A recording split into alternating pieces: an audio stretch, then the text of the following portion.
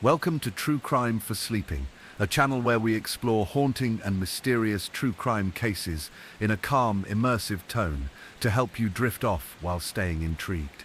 If you're enjoying these stories, please consider liking the video, subscribing to the channel, and commenting below to tell us where in the world you're listening from. Tonight's story begins near the desolate stretches of Salt Creek, Nebraska, a flat, windswept plain where fog clings to the ground like memory, and the wind seems to carry secrets long forgotten. On the early morning of October 28, 1984, a local hunter named Samuel Croft was making his way down a familiar trail near Salt Creek when something caught his eye just off the bank. It wasn't the deer tracks or the fresh impression of a raccoon's paw. It was the sight of what he initially thought was a mannequin lying in the reeds near the edge of the water. He approached, cautiously at first, not because he was frightened, but because something in his gut told him this wasn't a prank or a discarded Halloween prop. As he got closer, the illusion shattered. It was a woman, naked, pale, her limbs twisted unnaturally, and her hair, matted with silt and leaves, fanned across the mud like dark kelp. Her eyes were open, cloudy but fixed on something just out of sight. She had no identification, no clothes, no purse, no shoes, just a body left in the cold. Samuel stumbled back and rushed the half-mile back to his truck to radio the sheriff's office. By mid-morning, the scene was cordoned off with yellow tape. Deputies walked carefully through the marsh, documenting footprints, tire tracks, and the subtle evidence left behind by a person or people who had discarded her here. The woman, who would soon be called simply Salt Creek Jane Doe, appeared to be in her late 20s or early 30s, Caucasian, brown hair. No obvious signs of trauma from a distance, but bruising on her neck and arms hinted at a struggle. The coroner's team arrived before noon, and by sunset the body was gone, leaving behind only muddy impressions and more questions than anyone was prepared to answer. Sheriff Walt Densmore had been with Lancaster County for over 20 years, and in that time, he'd dealt with his share of death, accidents, bar fights gone wrong, the occasional domestic that escalated, but this was different. It felt calculated, intentional. At the morgue, the autopsy revealed the woman had died from strangulation. The bruising on her throat was clear, narrow ligature marks consistent with a rope or wire. There were defensive wounds on her hands and arms, and small cuts on her knees and feet, likely from trying to run barefoot through the tall grass. Toxicology showed no drugs or alcohol in her system. No fingerprints turned up in state or federal databases. Her teeth were healthy, but there were no dental records that matched. She wasn't reported missing, at least, not in Nebraska.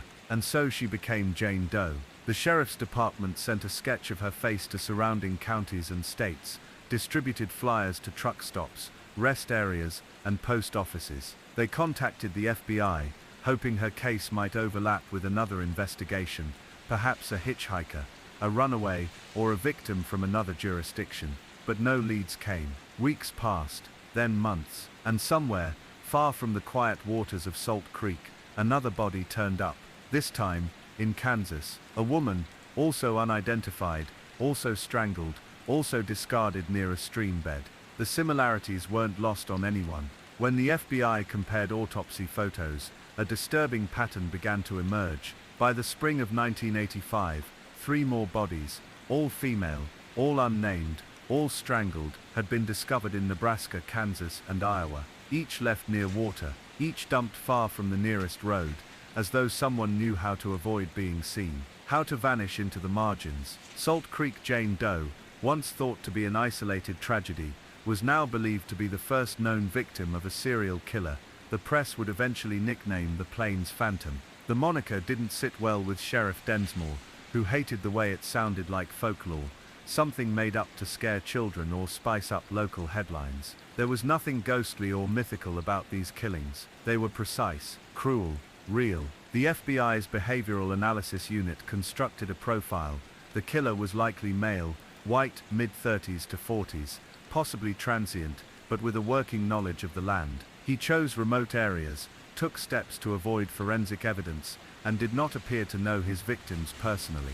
The method of strangulation suggested control and personal involvement, not randomness. The absence of sexual assault in most of the cases made the crimes harder to read. There was no clear motive, only repetition. The same ritual played out again and again, across state lines, in the lonely places where few would look. Salt Creek Jane Doe became a kind of symbol, the first known thread in a fraying tapestry of fear stretching across the Midwest. Her sketch remained posted in every small-town sheriff's office from Topeka to Des Moines, from Lincoln to Omaha. People speculated.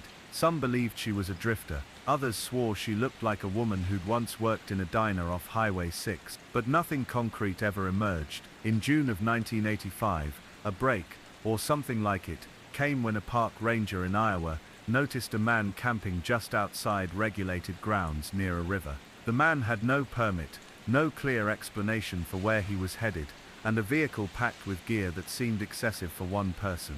The ranger found ropes, gloves, maps, and an old Nebraska license plate tucked behind the driver's seat. He called it in, and the man was brought in for questioning.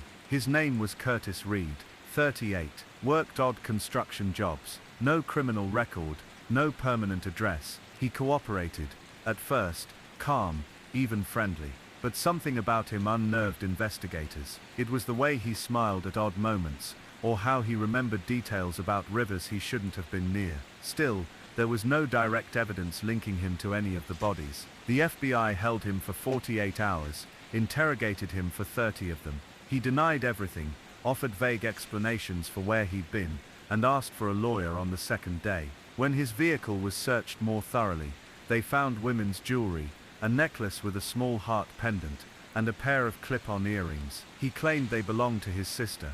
The items didn't match anything known to be missing from the Jane Does. Eventually, without sufficient evidence, Curtis Reed was released. But Sheriff Densmore never forgot him. Neither did the FBI. The murders stopped that summer. Whether it was coincidence or not, no one could prove. The trail went cold. Curtis moved on, or vanished, and the plane's phantom faded from the headlines. A ghost once again. And Salt Creek Jane Doe, she was buried under a white headstone with no name, only the date she was found and a simple engraving, known to God. Her case remained open, but stagnant, sitting in a dusty file drawer next to other names, or non-names, who never made the papers. But in 1999, 15 years after she was discovered, a phone call from a woman in Colorado would crack open the silence in a way no one expected. And what it revealed would change everything that investigators thought they knew about Salt Creek Jane Doe, and the man who might have taken her life. 15 years passed between the discovery of the woman's body at Salt Creek, and the unexpected call that would change the direction of the investigation. It was April of 1999, when the Lancaster County Sheriff's Department received a message on its tip line. The call was from Fort Collins, Colorado. The voice on the recording was calm but heavy, almost reluctant. "My name is Ellen Drexler," the woman began. "I think I might know who the Salt Creek Jane Doe is, or who she was." The operator marked the message as urgent, and within hours, Sheriff Walt Densmore, now semi-retired but still consulting for cold cases, was sitting in his old office, a styrofoam cup of coffee in hand, listening to the message again. Ellen Drexler, as it turned out, was a 62-year-old librarian who had spent most of her life in Colorado. She claimed that her younger sister, Marjorie Mara Drexler, had vanished in 1984 during a solo road trip across the Midwest. She was headed for Kansas City. Ellen told the cold case investigator over the phone. She wanted to see the world before she settled into a teaching job that fall. We argued about it. I told her to take the train, but she insisted on driving her old Buick. I never heard from her again. At the time, Ellen said she filed a missing persons report with the Fort Collins Police Department, but because Mara was 29, unmarried, and considered an adult with no mental health history, the case didn't receive much attention. Her car had never been found, and no one had ever made a connection between the missing woman in Colorado and the unidentified body discovered near Salt Creek. But what prompted Ellen to reach out now, 15 years later?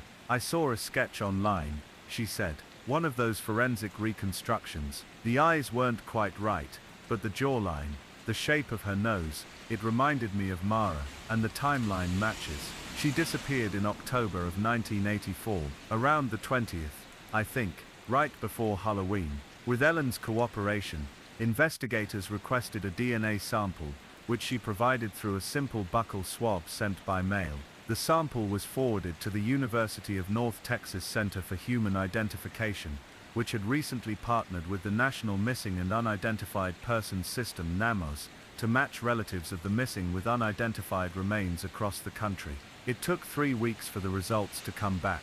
Sheriff Densmore was in his garden, pruning back the overgrowth near the edge of his fence when the call came in. The lab had confirmed it. Salt Creek Jane Doe was Marjorie Ann Drexler, missing since October 1984. The statistical probability of the match was above 99.99%. For the first time in 15 years, Jane Doe had a name. That revelation changed the tone and the direction of everything. With a name, investigators could start building a picture of who Mara Drexler was. Teachers, friends, neighbors, all had pieces of the puzzle. She had grown up in Boulder, studied education at Colorado State University, and was described by those who knew her as gentle, bookish and idealistic.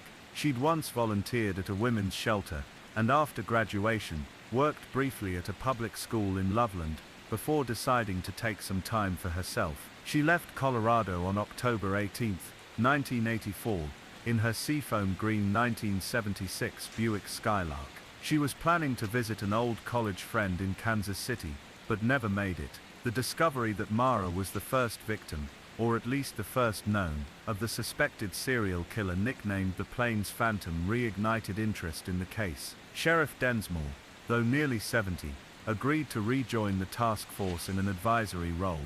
He had never let go of what happened to Mara. Her case had haunted him for years, more than he admitted to anyone, even his wife. And then there was Curtis Reed. The man Densmore had never quite let go of either. In 1985, Reed had been their closest suspect. He matched the profile, had a suspicious set of belongings in his truck, and displayed a disturbing level of knowledge about river access roads and low-traffic trailheads throughout Nebraska, Iowa, and Kansas. But they had no DNA, no eyewitnesses, and no murder weapon. The jewelry found in his vehicle never matched anything from the victims. Without more, they couldn't hold him. After his release, Reed had seemingly vanished. His social security number hadn't been used since 1993, when he was briefly picked up for driving without a license in Oklahoma. No job records, no tax returns, no trace. He had become as ghost-like as the nickname given to the killer. Now, with DNA in hand, the task force began the slow, difficult process of cross-referencing other Jane Does from the mid-80s to the early 90s, particularly women found near water, near state lines, or along known camping corridors. 3 other cases came into focus, one in northern Kansas 1985, one in rural Missouri 1986, and one in eastern Oklahoma 1988. All 3 victims were strangled. None had been identified, but none had usable DNA, either, at least not yet. Meanwhile, with public interest rising again, a story in the Lincoln Journal-Star ran a retrospective on the Plains Phantom and Mara Drexler's identification. A black and white photo of Mara as a young teacher, smiling and windblown, was placed beside the original composite sketch from 1984. And then, another call came in, this one from a man named Ernest Malone, who had once lived in a trailer park outside Council Bluffs, Iowa. He had been reading the article when he recognized Mara's face, not from TV or the newspaper, but from life. I saw her once, he said.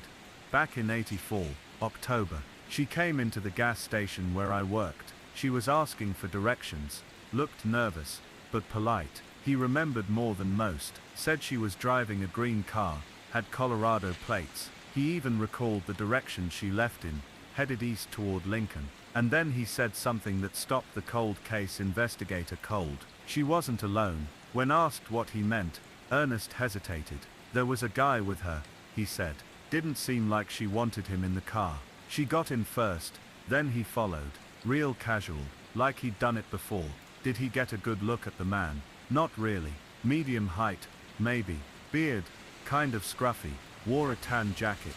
But I remember he had a scar. Just here. He gestured to the side of his chin. Like a little slash, almost to the jaw. Investigators checked. In the file from 1985, Curtis Reed's driver's license photo clearly showed a thin, pale scar on his jawline. The detail had never been released publicly. It wasn't proof, but it was the closest thing they'd had to an eyewitness. Encouraged, they reopened the search for Reed, digging through old DMV records, job applications, even obituaries. For weeks, the trail was cold, and then, a Social Security death index pinged. Curtis Glenn Reed, presumed dead, had been declared legally deceased in 2002 by his sister, but the date of death listed was vague, presumed 1993. No body had ever been recovered, no death certificate, just a legal assumption after years of silence. It was odd, too convenient, so they checked the sister's address, a woman named Linda Reed Watts, living in a quiet suburb outside Tulsa, Oklahoma. When agents arrived to question her, she seemed surprised, said she hadn't heard the name Curtis in years, claimed he'd disappeared in the late 80s, went off the grid, she said, got mixed up with some anti-government types. He was always a little strange. Did she remember him ever talking about Nebraska, Kansas, Iowa? No, but he traveled a lot, never stayed in one place. He'd come visit me now and then vanish for a year. I figured he was dead by 93. I had to file the paperwork eventually. It was the only way I could settle our parents' estate. But something in her tone was rehearsed, uncertain. And as investigators probed further, a new theory began to take shape, one darker than they anticipated. What if Curtis Reed had never died? What if someone helped him disappear? And what if he had continued killing? Long after Mara Drexler, the case was no longer a cold one. With the identification of Mara Drexler as Salt Creek Jane Doe, and a long-dormant suspect, Curtis Reed, suddenly back in focus, the multi-state task force found itself in unfamiliar territory, a serial murder investigation that had been stalled for nearly 2 decades, but was now regaining momentum, slowly, hesitantly, like an old engine sputtering back to life. The question they now faced was deceptively simple. Where had Reed gone? It had been assumed for years that he died, or at least dropped so far off the grid, that death was the only plausible explanation. His sister's petition for a legal declaration of death in 2002 had raised no alarms at the time. It wasn't unusual. People vanished, especially men like Reed, itinerant, antisocial, drifting between jobs and back roads. But as Sheriff Densmore liked to say, sometimes the silence is the loudest clue.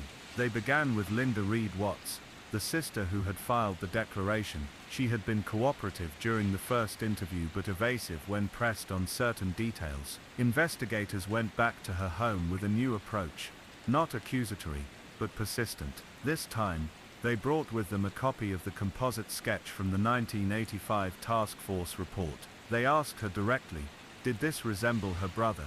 She looked at the sketch for several seconds, then she did something unexpected. She cried. I didn't want to know, she said through tears. I always had a feeling. The way he talked about women, like they were things to be bent or broken. He hated when they were independent, said they were dangerous. Linda explained that her brother had changed after their father died. He had grown angrier, colder, paranoid. She believed he may have hurt people, but she had no proof. When he stopped calling in 1992, she thought it was over. But then, one night in 1998, 6 years after she'd last seen him, he showed up on her doorstep. He looked different, she said, thinner, nervous, like a stray dog. He had a beard. I almost didn't recognize him. She claimed he stayed for only 2 nights. They didn't talk much. He slept on the couch and left early one morning without a goodbye. That was the last time, she said. I assumed he went back underground. I didn't know what to do. He wasn't violent with me, but there was something in his eyes, like something had snapped. Did she know where he might have gone? No, he never said, but he took a box of things from the garage when he left, old camping gear, a tent, a hunting knife. They asked if she remembered the brand of the knife. She nodded. Buck 119. Our dad gave it to him when he was 12. He never let it go. That was a detail that stuck with the team. A Buck 119. Sturdy, fixed blade, classic hunting knife. Common, yes, but consistent with the type of blade used in one of the later suspected phantom killings in Missouri. With Linda's cooperation, the task force was able to obtain a search warrant for her property. They combed the garage, attic and crawl spaces. What they found wasn't a smoking gun, but it was enough to raise eyebrows. A half-empty box of 35 film rolls, a plastic map case containing topographic trail maps of Nebraska, Kansas, and southern Missouri, heavily marked with grease pencil, and a weathered spiral notebook. The notebook contained notes, dates, locations, cryptic notations like Elm Sick and 2 Open, or truck stop cameras. One entry simply read MD, green car, talkative, asked about Lincoln, dated October 20th, 1984. They had no doubt. This was Mara Drexler. Another page listed names, initials, mostly, MD, JL, HB. There were 7 in total. Only 2 matched known Jane Doe cases. The others remained unidentified. But the suggestion was horrifying. 7 names, 7 possible victims. The trail was widening. Meanwhile, forensic analysts had managed to extract partial DNA profiles from degraded evidence in 2 other cold cases, one in Douglas County, Kansas, 1985, and another in Lawrence County, Missouri, 1986. Though not sufficient for cordis entry, the mitochondrial DNA was similar enough to suggest a familial match, and could not be ruled out as coming from the same male donor. Sheriff Densmore said what they were all thinking. This was never just Mara. The deeper they dug into Reed's past, the more disturbing the picture became. He had no fixed employment history after 1983. Instead, he worked seasonally, at county fairs, carnivals, and in temporary maintenance jobs. He registered vehicles in false names, often using expired IDs from deceased relatives. His trail was littered across half a dozen states, but always along highways, near rivers, and near national forests. More chilling still were the whispers that followed him. A drifter who matched his description was seen near a rest stop where a woman disappeared in Arkansas in 1987. Another, in Oklahoma in 1989. In both cases, no body was found, only abandoned cars, personal belongings missing, and blood traces later confirmed to be female. The FBI reopened their case file. Reed had now become a suspect in what could be a much larger pattern, one that extended beyond the Midwest, possibly into the South, but he had also vanished. Again, they began to search for the man who didn't want to be found. In the summer of 2001, a hunter in the Ozark National Forest stumbled upon an old, partially collapsed structure deep in the woods, miles off any trail. At first glance, it appeared to be nothing more than a weather-beaten cabin, but inside, there were signs of long-term habitation: canned food, water containers, a handmade stove, fashioned from an old oil drum, and a cot.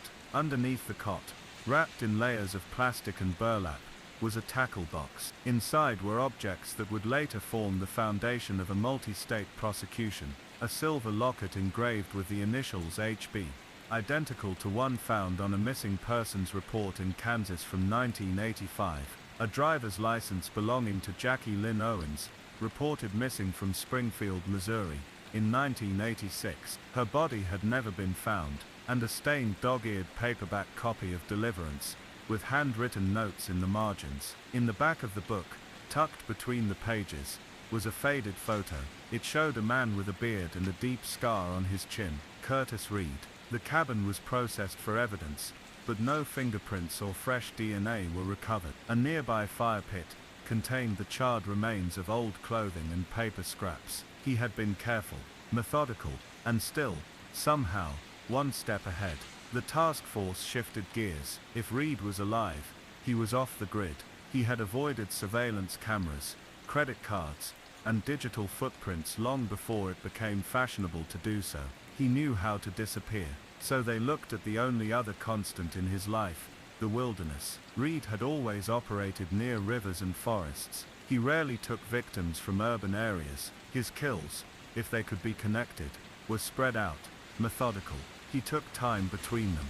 He was not impulsive, he was calculated, and that meant he had a pattern. A geographic profiler, named Elena Dumont, was brought onto the task force. She specialized in mapping the behaviors of serial offenders based on known crime scenes. With what little data they had, 4 known bodies, 3 likely victims, and 2 suspected sightings, she created a heat map. The center, a 100-mile radius around the Buffalo National River, in Arkansas. Sheriff Densmore wasn't surprised. He loved the woods, he said quietly. Told us once that the forest was where people shed their skin, whatever the hell that meant. The task force organized a massive search operation, quietly. No press, no headlines, just small teams of rangers and investigators, using drones and thermal imaging to scan isolated stretches of terrain along the river. After 3 days, one drone picked up a heat signature, a fire, deep in the hills, near an old logging road. By the time agents arrived, the fire had been extinguished. What they found was a campsite, still warm, a pot hanging over charred wood, a tarp stretched between trees, and footprints, fresh ones, leading toward a ravine. They followed.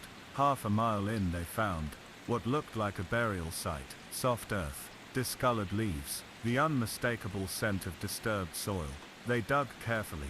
At 2 feet deep, they uncovered a blue duffel bag.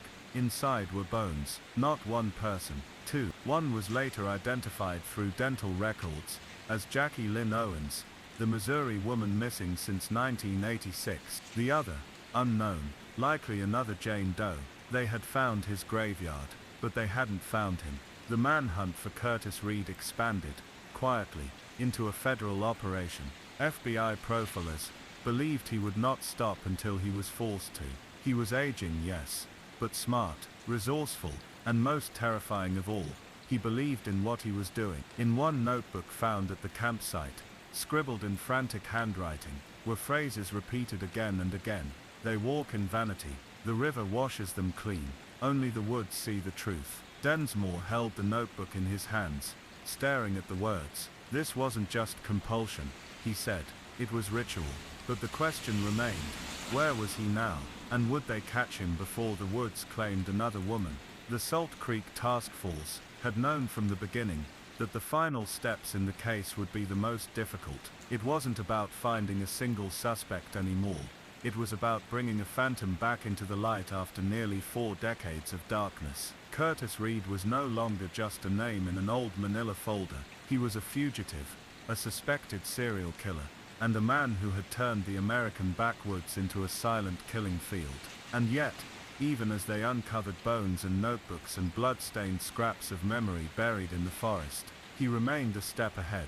Each discovery only seemed to reveal how vast and calculated his movements had been, and how long he had been hunting. But something had changed. For the first time, he was making mistakes. The fire pit, near the Buffalo National River, had been left burning, careless for a man who lived in shadows. The duffel bag buried too shallow, a tarp left behind. Even the notebook scribbled with delusional messages felt less like ritual, and more like panic. To FBI profiler Elena DeMont, these weren't just errors, they were signals. This man is unraveling, she told the team. He sees the walls closing in, and he's reacting like a trapped animal. His order is breaking down. He's impulsive now. DeMont theorized that Reed wasn't retreating deeper into hiding. He was moving outward, trying to find his way to some last refuge, or perhaps, to make one final statement. Killers like Reed didn't fade away quietly. They needed control, and when that was taken from them, they often made one final desperate play for power. The search intensified. Every ranger station in the Buffalo River region was put on quiet alert. Helicopters flew over remote ridges with infrared sensors. Dirt roads were checked daily. And deep in the background, the FBI continued piecing together the broader picture of Reed's life, where he'd been, and more chillingly, where he might still return. That's when they found the letter. It was discovered in the personal effects of a man named Victor Matheson, a recluse who had died of natural causes in 2013, and whose estate had only recently gone through probate. Among his belongings, most of them related to homesteading and off-grid living, was a carefully preserved stack of letters, all addressed to a single CR. At first they thought nothing of it. CR could have been anyone. But then, in one envelope, investigators found a Polaroid. It was a picture of Curtis Reed taken in 1996, seated beside a campfire. His beard was longer then, his face more worn, but unmistakably the same man. The letter attached to it was written in a jagged, almost childlike scrawl. Vic, can't stay long. Winter's rough this year. The girl from Springfield wouldn't stop crying.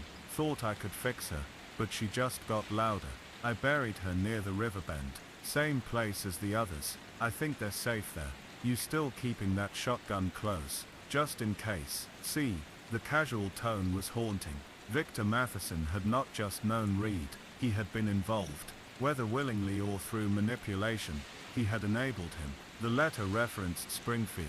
The girl was almost certainly Jackie Lynn Owens, whose remains were now identified. The mention of the others, plural, suggested more victims, and near the riverbend, gave the team a new geographic anchor. A week later, with this new information, ground teams located another burial site. This time, it was a cluster, 3 shallow graves, partially eroded by runoff. The bones inside belonged to 3 women. 2 were eventually identified through forensic genealogy as missing persons from Arkansas and both gone since the 1980s. The 3rd remained unidentified. 7 victims, possibly more. What began as a local Jane Doe case in Nebraska had become one of the most disturbing serial investigations the region had ever seen, and Reed was still out there.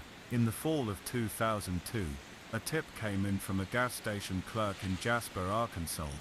A man matching Reed's description, gaunt, bearded, with a noticeable scar on his chin, had come in late at night, paid cash, bought a loaf of bread, a can of beans, and rubbing alcohol. Didn't speak, just nodded, and left. He walked into the woods behind the station. No car, no pack. Gone. That tip led to the most focused search, yet, for 3 weeks, federal agents and local law enforcement combed the surrounding hills, set up motion-activated trail cams, and ran nighttime thermal scans, but they found nothing. No footprints, no signs of a camp. Only on the final day, a pendant, rusted, bent, but still legible. It was a replica of an old church relic, common in the 1970s. Inside it, wrapped in wax paper, was a scrap of notebook page. On it, written in the same uneven scrawl, "The woods are holy." I was just their voice. The case officially remained open. Curtis Reed was declared a federal fugitive. A $100,000 reward was offered for information leading to his capture. Composite sketches were updated using aging software. Posters went up in ranger stations, post offices, and gun shops from Missouri to Mississippi. But over time, the leads thinned. The sightings stopped. The trail grew cold again. By 2005, the FBI quietly moved the case to inactive status. But the families of the victims, now named, honored, and finally understood, continued to fight for answers. They held annual vigils near Salt Creek. They lobbied for reforms in the way unidentified remains were tracked across state lines. And they built a memorial, modest but powerful, just a few hundred yards from where Mara Drexler's body had been found. It read, "In memory of the lost, found, named, and never forgotten. Salt Creek Jane Doe, Mara Drexler, Jackie Lynn Owens, Heather Boyd, Marisol Aranda, 2 still unnamed. May their silence never be ignored again." Today, nearly 40 years later, the Salt Creek Jane Doe case remains a haunting reminder of how easily victims can be erased, not by violence alone, but by geography, by bureaucracy, by the simple failure to connect the dots.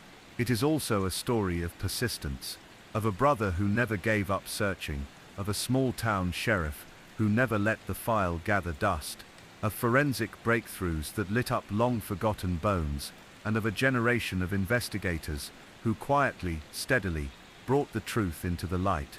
As for Reed, if he is alive, he would be well into his 70s now, but many believe he is long dead, buried somewhere in the very woods he once treated as a hunting ground, perhaps in a ravine, perhaps beneath the roots of an old pine tree, perhaps in one of the very graves he once dug for others.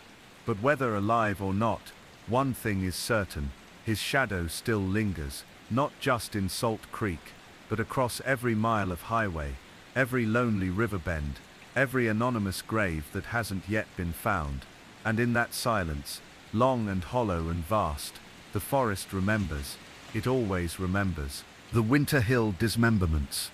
The first snowfall in Manchester, New Hampshire, came late in 1985, dusting the quiet neighborhood of Winter Hill in a fragile white film. Families pulled their children indoors earlier, and the air smelled of wood smoke and frost.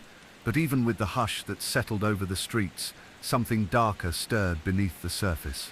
It began with a phone call to the Manchester Police Department on the morning of December 2nd.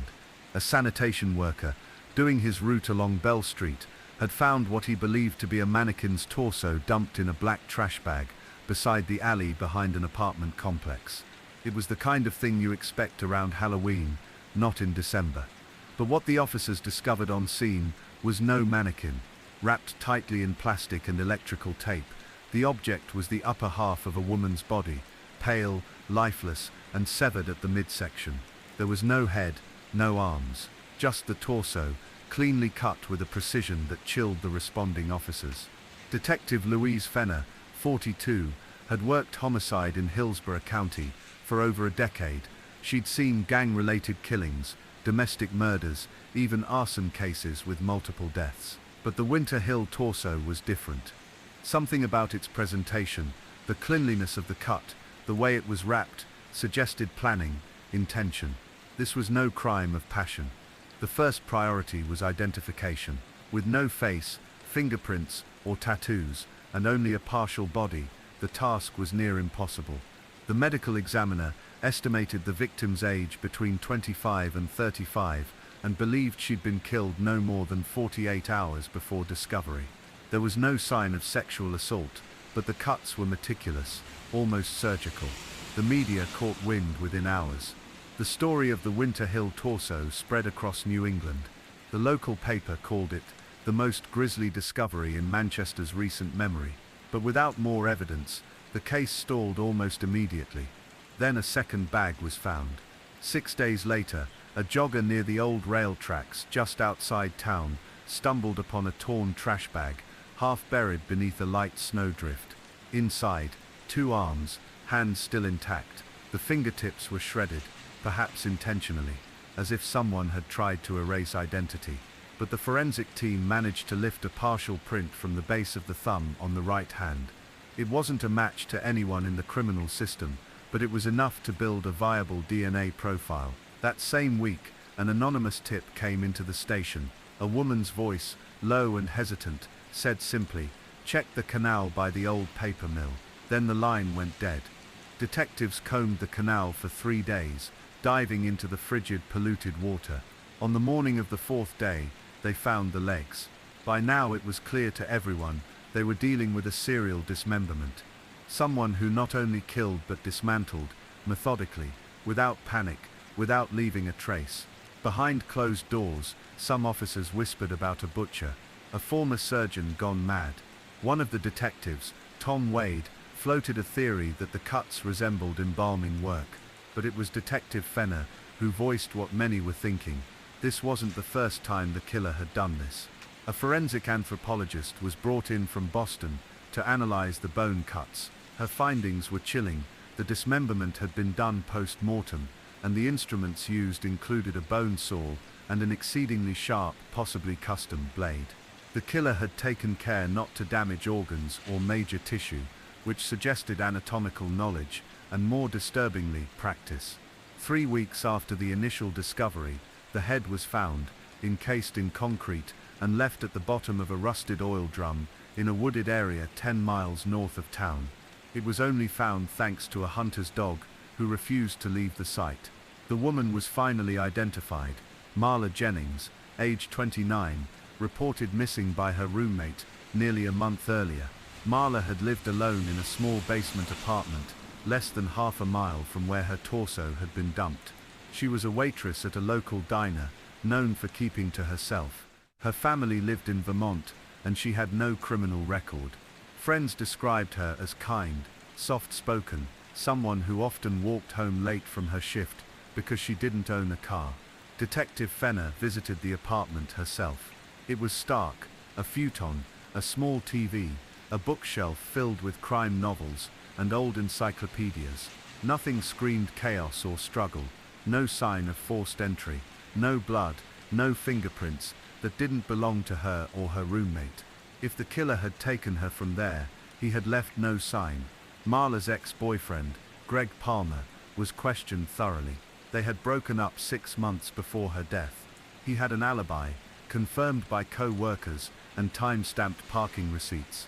He broke down when shown a photo of Marla. "She was the gentlest person I knew," he told them. Why would anyone do this to her?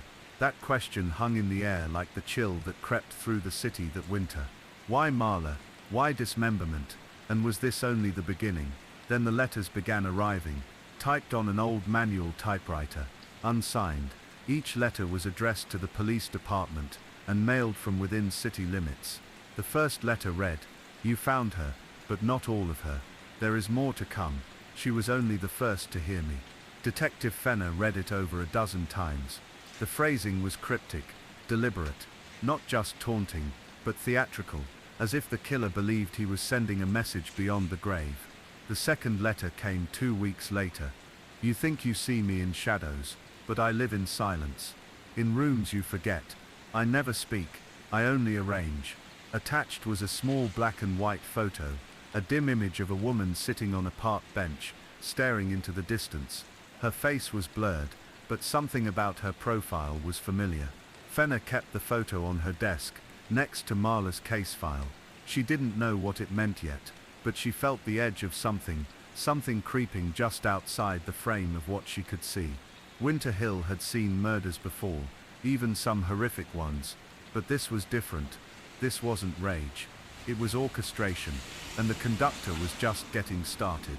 By the time investigators returned to the shallow grave in the clearing at Winter Hill, a full forensic team was ready. Lieutenant Ray Morales stood a few yards away from the exhumation site, arms crossed tightly over his chest, face drawn. The first report he received confirmed what he already feared. The remains found were not complete. Only a partial skeleton had been uncovered, primarily the rib cage, vertebrae, and pelvis, wrapped in a disintegrating wool sweater. There was no skull, no arms, and no legs. It was the beginning of what would become a long and unsettling pattern. 2 days later, roughly a mile from the first site, a local hunter's dog led him off trail toward a sunken patch of earth. The man, thinking little of it, followed only to come across a pair of decomposed legs, stuffed into a heavy-duty garbage bag. They were human, mottled and dark, the skin still faintly clinging to bone.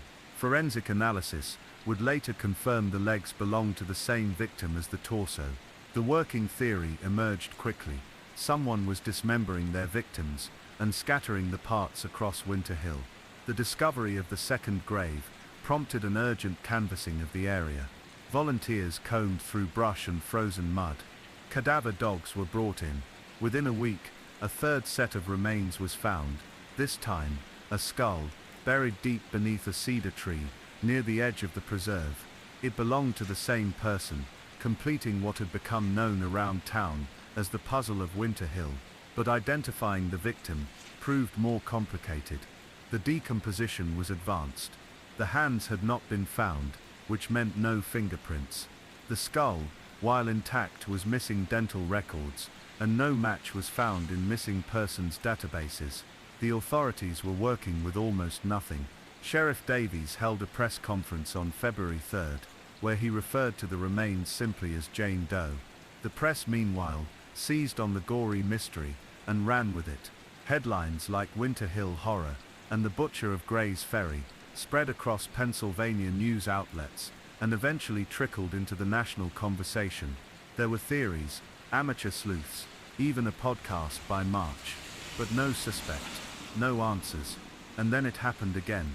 On March 17th, 3 teenage boys riding their dirt bikes through a dry creek bed in the southern edge of the forest noticed something strange in the runoff channel, a pile of canvas bags, half submerged and slick with mud.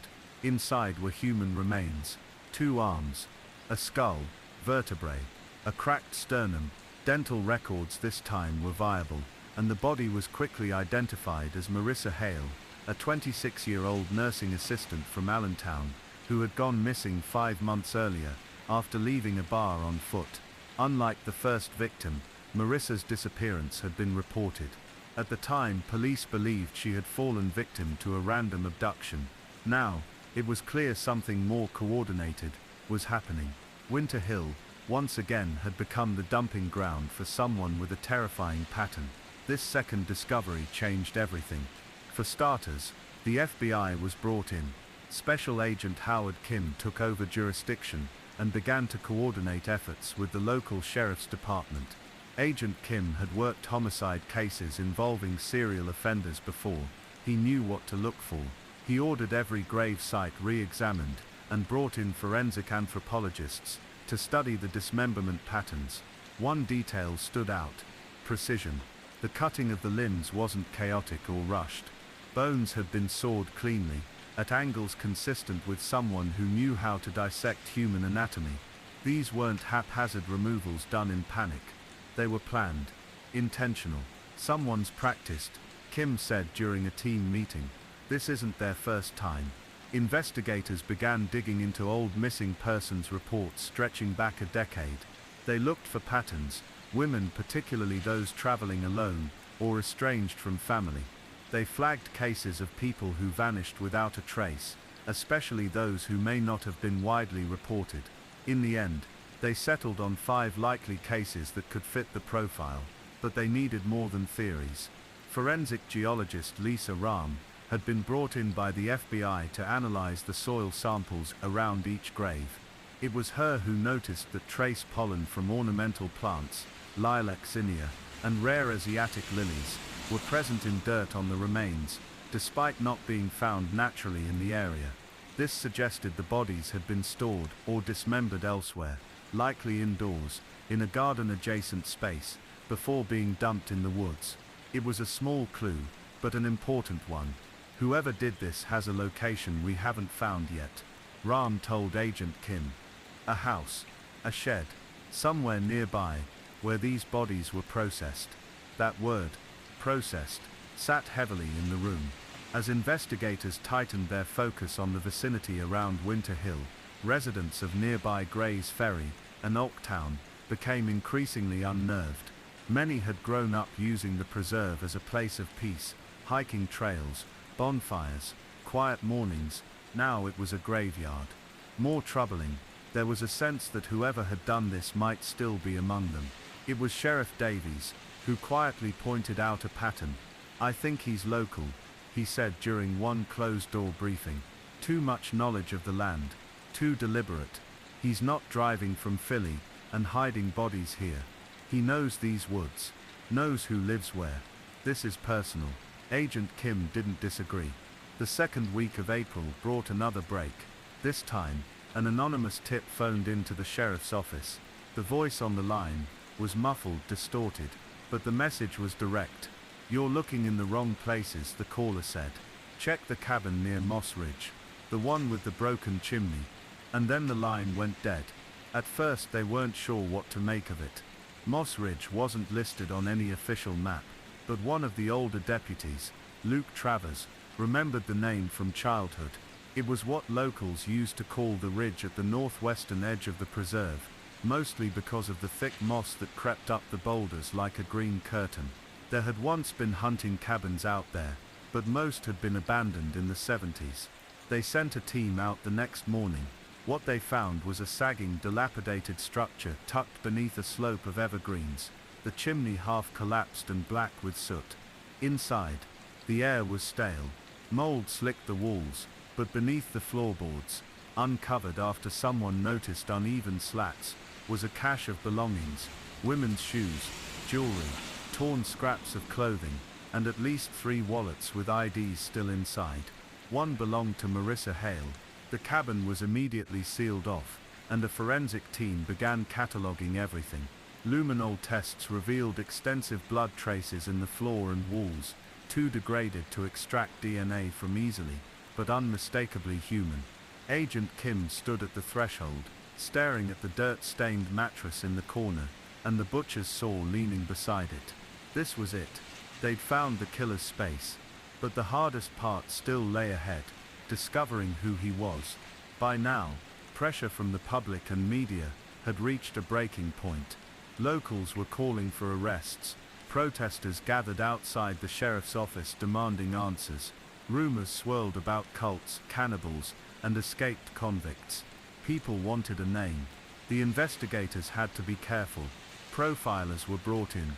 They pieced together what they could. Male, likely in his late 30s to 50s, with some medical or anatomical training. Someone methodical, someone solitary, and someone capable of extraordinary compartmentalization, able to murder and dismember victims without arousing suspicion from neighbors or co-workers. But that only described a type. They needed a face, a name, and just as quickly as the anonymous tip had come in, another body surfaced. This time, it wasn't buried. It was left on the trailhead of Winter Hill, arranged, as though meant to be found. The message was clear. Whoever was doing this wasn't finished.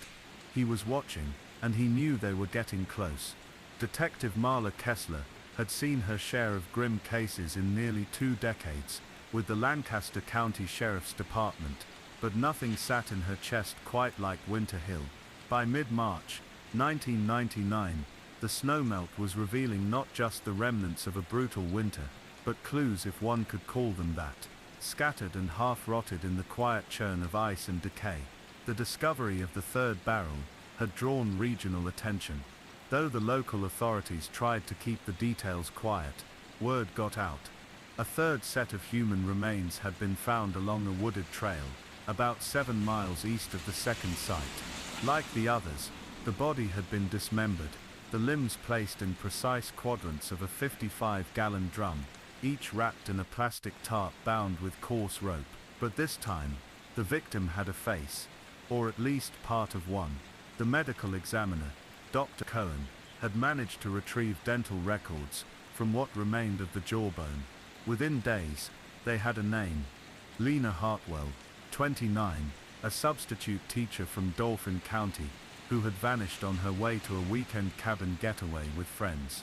That had been in November of 1998, 4 months before her body was found. Her disappearance had never been fully investigated.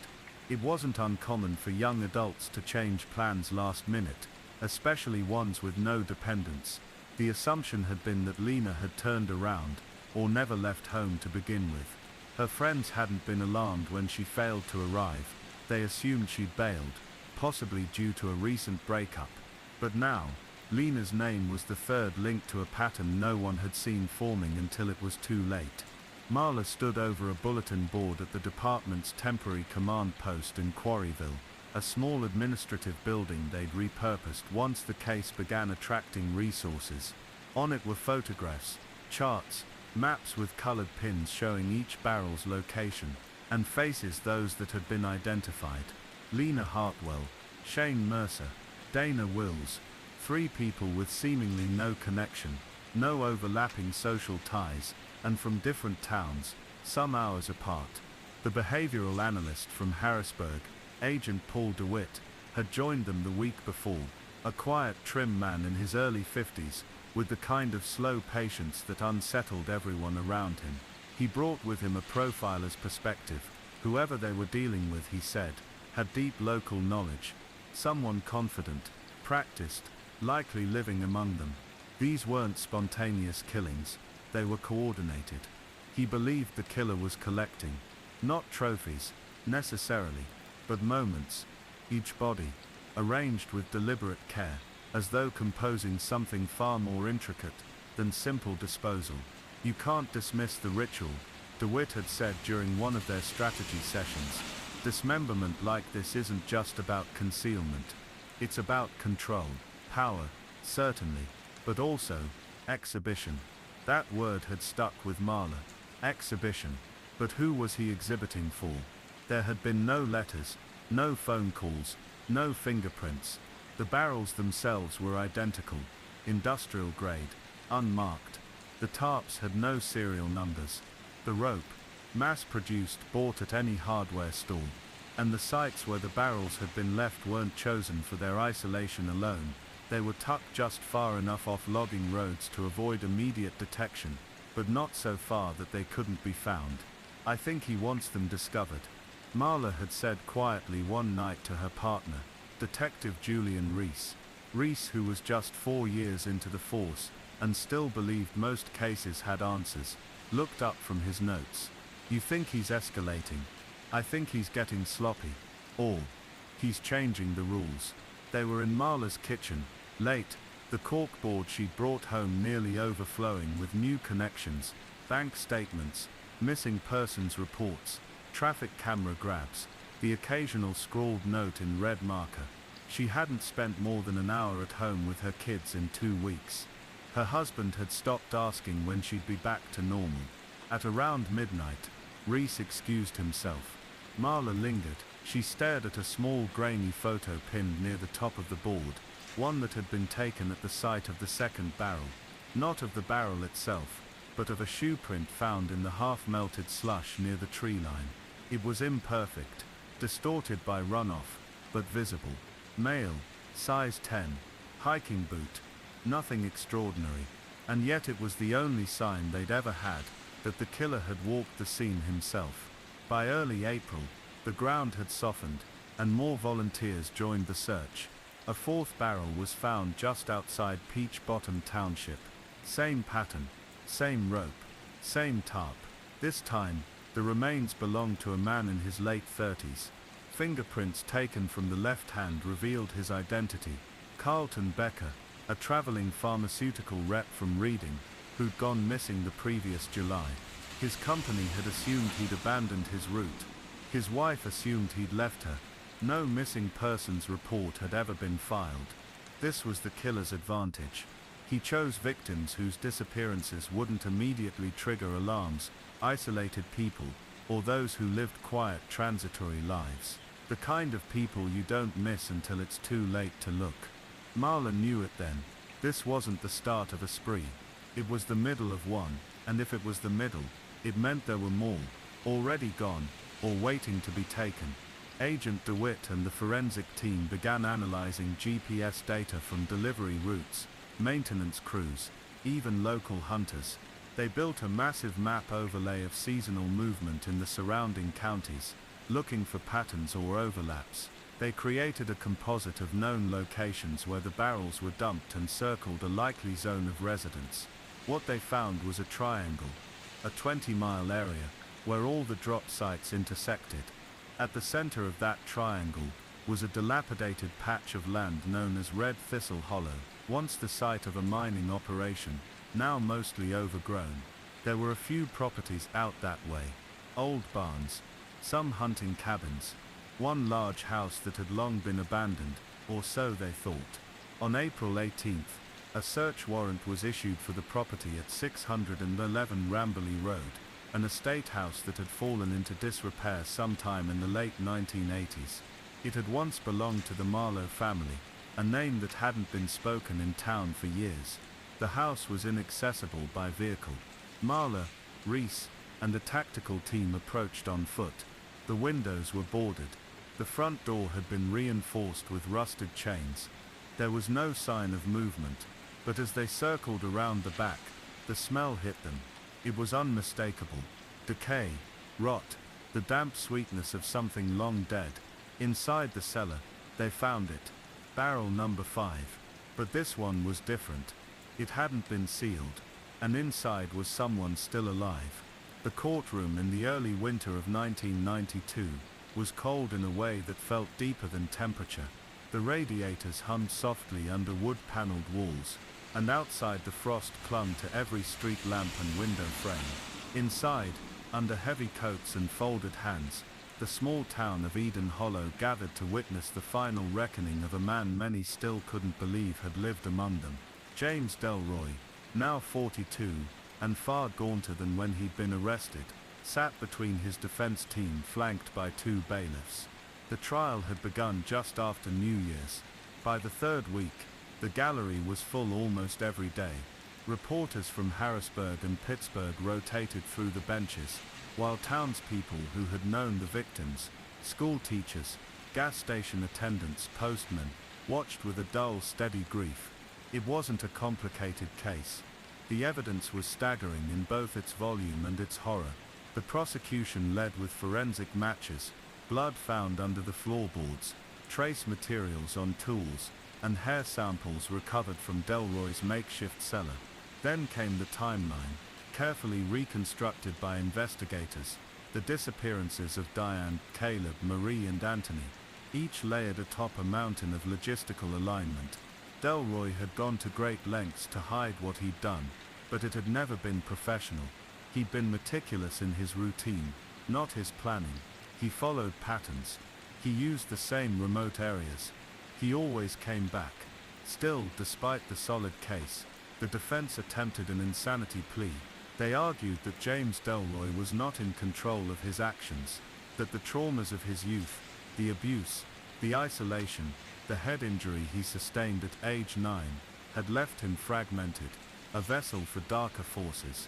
They leaned heavily into psychiatric evaluations.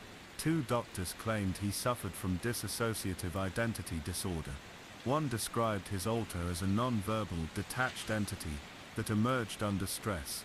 But the jury didn't bite. They listened, respectfully, even when audio tapes were played of Delroy's interviews, rambling, inconsistent monologues that circled around themes of abandonment and the loss of his mother.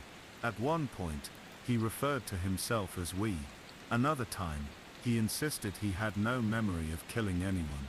And yet, when shown photos of the remains recovered from his property, he wept, not with regret, but with what one juror later described as a kind of twisted nostalgia. When the verdict came, there was no gasp, no outburst. Guilty on 4 counts of first-degree murder. Life without the possibility of parole. Delroy blinked once and nodded slowly, as if acknowledging the answer to a question he already knew. He made no statement. He asked for no mercy. The courtroom emptied quietly that day. Diane's mother hugged her surviving children and left without speaking to the press.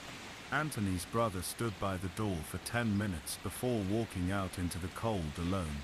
Caleb's father, who'd sat stoically through every minute of testimony, leaned forward, head in his hands, and cried silently for a long, long time.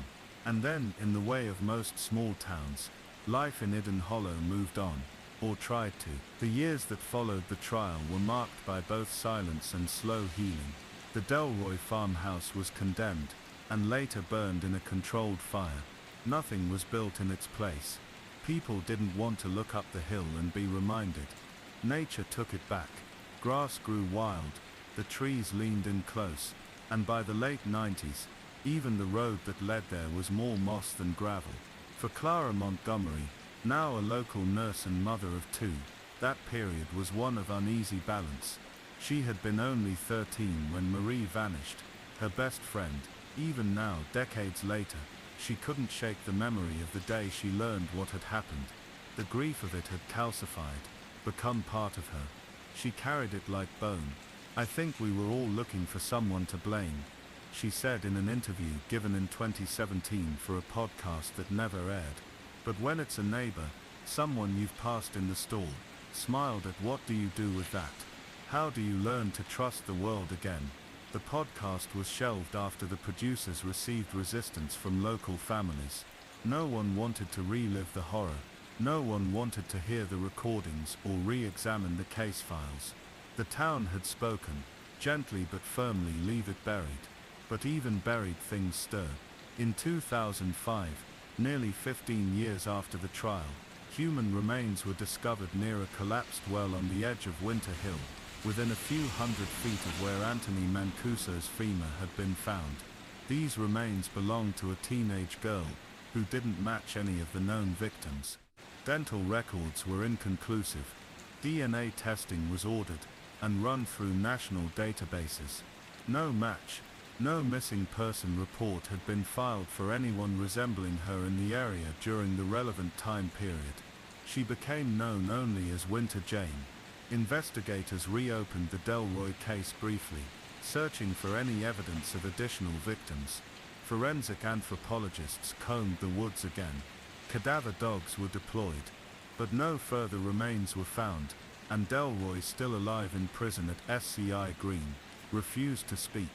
When asked about Jane, he tilted his head and smiled. "I never knew her," he said. "She must have come here on her own." Then he winked. James Delroy died in 2020 at age 70, after a stroke left him non-verbal and partially paralyzed. In the years before his death, he was a model prisoner, quiet, polite. He spent most days drawing or reading, and sometimes he would speak to new guards about small-town life. Only once, according to one officer, did he reference the murders.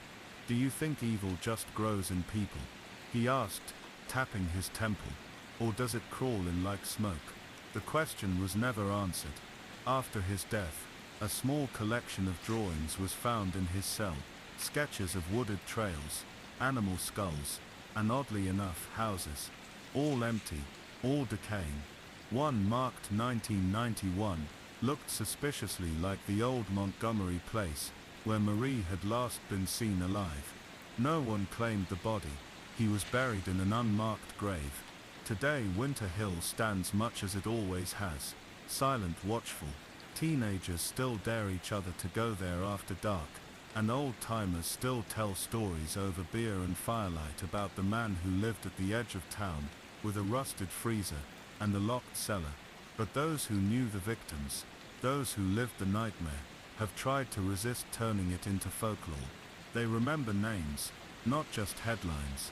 They remember who Diane was, and how she used to sing under her breath at the diner. They remember Caleb's laugh, Anthony's worn-out guitar, Marie's letters folded like origami birds. Their lives mattered, not because of how they ended, but because of how they lived. In the end, the story of James Delroy isn't one of monsters, but of missed signs and deep-seated wounds. It's a story about what we don't see when we don't want to look, about the quiet corners of small towns, and the people who fall through them. And though the Delroy house is gone, though time has covered the trail, some say the woods still feel heavy, like they remember, like they always will. The last letter of Norah Wittmann on an overcast morning in March of 1983, the small town of Mapleford, Illinois, awoke to the quiet hum of normalcy. Mailboxes clicked open, coffee pots sputtered to life, and the low grumble of pickup trucks drifted down gravel streets. It was a place where news traveled slower than the changing seasons, where people remembered birthdays and checked on one another after snowstorms. Mapleford was dependable, its rhythms etched into the bones of its residents, which is why the sudden disappearance of Norah Wittmann didn't just rattle the town, it fractured it.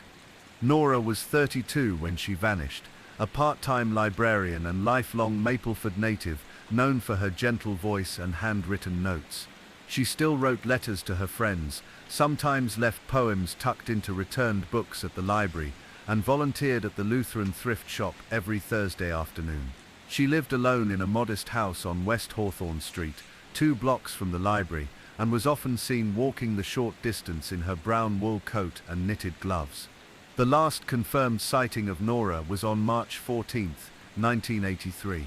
It was a Monday. That morning, she had opened the library at 9 a.m., shelved several books, helped an elderly couple locate a biography, and made small talk with a teenager preparing for the SATs. At 12:15 p.m., she told her colleague Martha Quill that she was stepping out for a quick lunch. She never came back. By 2 p.m., Martha grew concerned. It wasn't like Norah to be late, let alone vanish without a word. She called Norah's house, then tried her sister Gail, who lived 2 towns over. By 4 p.m., when Norah still hadn't returned and hadn't called in, Martha notified the police. Detective Leonard Walsh took the report himself. He knew Norah. Everyone did. He'd grown up a few houses away from her, and remembered her giving him cookies when he broke his arm in the 3rd grade. That night, he drove by Norah's house, found her car still in the driveway, and let himself in with the spare key Gail had provided. The house was neat, not spotless, but lived in and warm. A half-folded towel hung over the bathroom door. A library book, Emily Dickinson, selected poems, lay face down on the arm of her couch. The kitchen table had a teacup with the faintest ring of Earl Grey dried at the bottom. On the table beside it sat a letter, already sealed, addressed in Norah's careful hand. No postage stamp. It was meant for someone local. Detective Walsh turned it over. It was addressed to Margot. He recognized the name, Margot Kenley, a former Mapleford resident who had moved to Chicago 5 years earlier. She and Norah had been close, perhaps even closer than most in the conservative town felt comfortable acknowledging at the time. He left the letter untouched. Instead, he documented the scene, took photographs, and locked up. The next morning, Margot Kenley was tracked down in Chicago. She hadn't spoken to Norah in over a year. She said the last time they'd seen each other, things had ended with sadness, though she wouldn't elaborate. She hadn't expected to hear from her again, and now she didn't want to talk to police without a lawyer present. The sealed letter, upon inspection with a search warrant, contained a simple handwritten message. "Dearest M, if you are reading this, I may have done something foolish. But I couldn't carry this weight any longer. I need you to know I tried to be brave. I hope you can forgive me if I have disappeared." Then, there was no date on the note, and no clear indication of what she meant by disappeared. The cryptic letter, paired with her sudden absence, left police grasping for theories. Had Norah planned her own disappearance? Had she left town to reunite with Margot? Had someone else, someone darker, been involved? Mapleford, for all its quaintness, was not a stranger to hardship. A decade earlier, a teenage girl had gone missing and was found months later in the woods, a victim of blunt force trauma. The case had never been solved, and the town still whispered her name, Leah Drake, whenever the wind stirred too violently through the trees. But Norah was different. She was an adult, responsible, rooted. She hadn't packed a bag. Her wallet was still in her purse, left hanging on the coat rack by the door. The brown wool coat she always wore was missing, but her gloves were not. A search of the surrounding area yielded nothing. No signs of a struggle, no sightings of Norah at nearby bus stations, gas stations, or along the major highways that ran east toward Indiana. Flyers were printed, and vigils were held in town square. The library held a candlelight reading of Dickinson poems in her honor. Weeks turned into months. In May, a hiker discovered something strange along the edge of Bell Creek, about 6 miles outside of town. Nestled among the reeds was a shoe, a woman's leather loafer, size 7. Police confirmed it matched a pair found in Norah's closet, though the second shoe was never recovered. That same week, Norah's neighbor, an elderly man named George Sullen, told police he had seen someone in Norah's backyard the night after she vanished. He hadn't said anything sooner, because he assumed it was her sister, who had come over briefly. But now he recalled something odd. The figure had stood by the garden, unmoving, for nearly 10 minutes before vanishing into the woods behind the property. When pressed for details, George couldn't describe much. "Just a shape," he said. "Tall. Didn't move like Norah. Something stiff about it. Like it didn't know how to be there." Investigators took the lead seriously, but thermal imaging scans and cadaver dogs brought to the wooded area behind Norah's home found nothing. The forest was thick, with years of overgrowth, fallen trees, and brambles that made searching nearly impossible. By the 1-year anniversary of her disappearance, Norah's case had gone cold. Still, Gail Wittmann refused to let her sister's story end with silence. She kept in constant contact with the police, mailed updated flyers to towns across the state, and wrote to local news stations asking for coverage. In 1985, 2 years after Norah vanished, a second letter surfaced. This one arrived at the Mapleford Police Department in a plain white envelope, postmarked from Peoria, Illinois. Inside was a single sheet of paper, typed, "You were right to look in the woods, but it isn't where she went, it's where she was taken from. Some doors close behind you, others never do." The message was unsigned. There were no fingerprints, no DNA, nothing to trace. Detective Walsh, now a grizzled presence in the department, read the letter over a dozen times. He never showed it to Gail, said it was probably a prank, but he kept it, tucked into the same folder as the original Margot letter. It never sat right with him. The language was strange, too poetic, too deliberate. That spring, he reopened the case. He began by re-interviewing everyone who had seen Norah in the days leading up to her disappearance. He made lists, mapped her movements, pulled old checkout logs from the library to see what she had been reading. What he found surprised him. Norah had borrowed not just poetry, but several books about the town's history, specifically, a collection of newspaper clippings from the 1940s and 50s, archived by a local historian named Vernon Keats. One article stood out. In 1954, a woman named Evelyn Sharp had gone missing under eerily similar circumstances. She was a librarian too, lived alone, known for her quiet demeanor and handwritten letters. The article described her as a ghost among us, and noted that she had disappeared on a grey afternoon, between lunch and dusk. Vernon Keats, long dead by then, had left his archive to the library. Norah had been reading about Evelyn Sharp, just a week before she vanished. Detective Walsh sat back in his chair that night, staring at the articles spread across his desk. He wondered, not for the first time, if Mapleford had ever truly been the quiet town people believed it to be, or if, beneath its neat lawns and church bells, it had always been hiding something. Something that knew how to wait, something that knew how to choose. The Wittmann house sat on the edge of Walnut Grove, its old bones creaking with every gust of Kansas wind. It had once been the kind of home that held laughter in the walls, a modest two-story structure, painted a tired shade of green, with a deep porch and ivy strangling the fence posts. But since Norah's disappearance, the house had grown quieter. The creaks lingered longer. Light seemed reluctant to settle in the corners. It was a week after Norah's final letter arrived that her parents finally opened it. Her father, Henry, had resisted. He kept it on the table near the radio in the kitchen, unopened, like some ancient artifact. Her mother, Judith, couldn't stop looking at it. The handwriting on the envelope was unmistakably Norah's, careful, rounded loops that still looked oddly childlike. Eventually, it was Judith who opened it. The contents were strange. Norah's letter wasn't what either of them expected. It wasn't a goodbye, nor was it a cry for help. It read like a confession, but to what no one could immediately say. Dear Mom and Dad, if you're reading this, then I've already left. I don't want you to worry. I've chosen this. I've chosen him. He understands things in a way no one else ever did. Things about me, about the world, about what comes next. Please don't try to find me. You won't. There are places in this country where people still believe in the old ways. That's where I'll be. In the quiet places.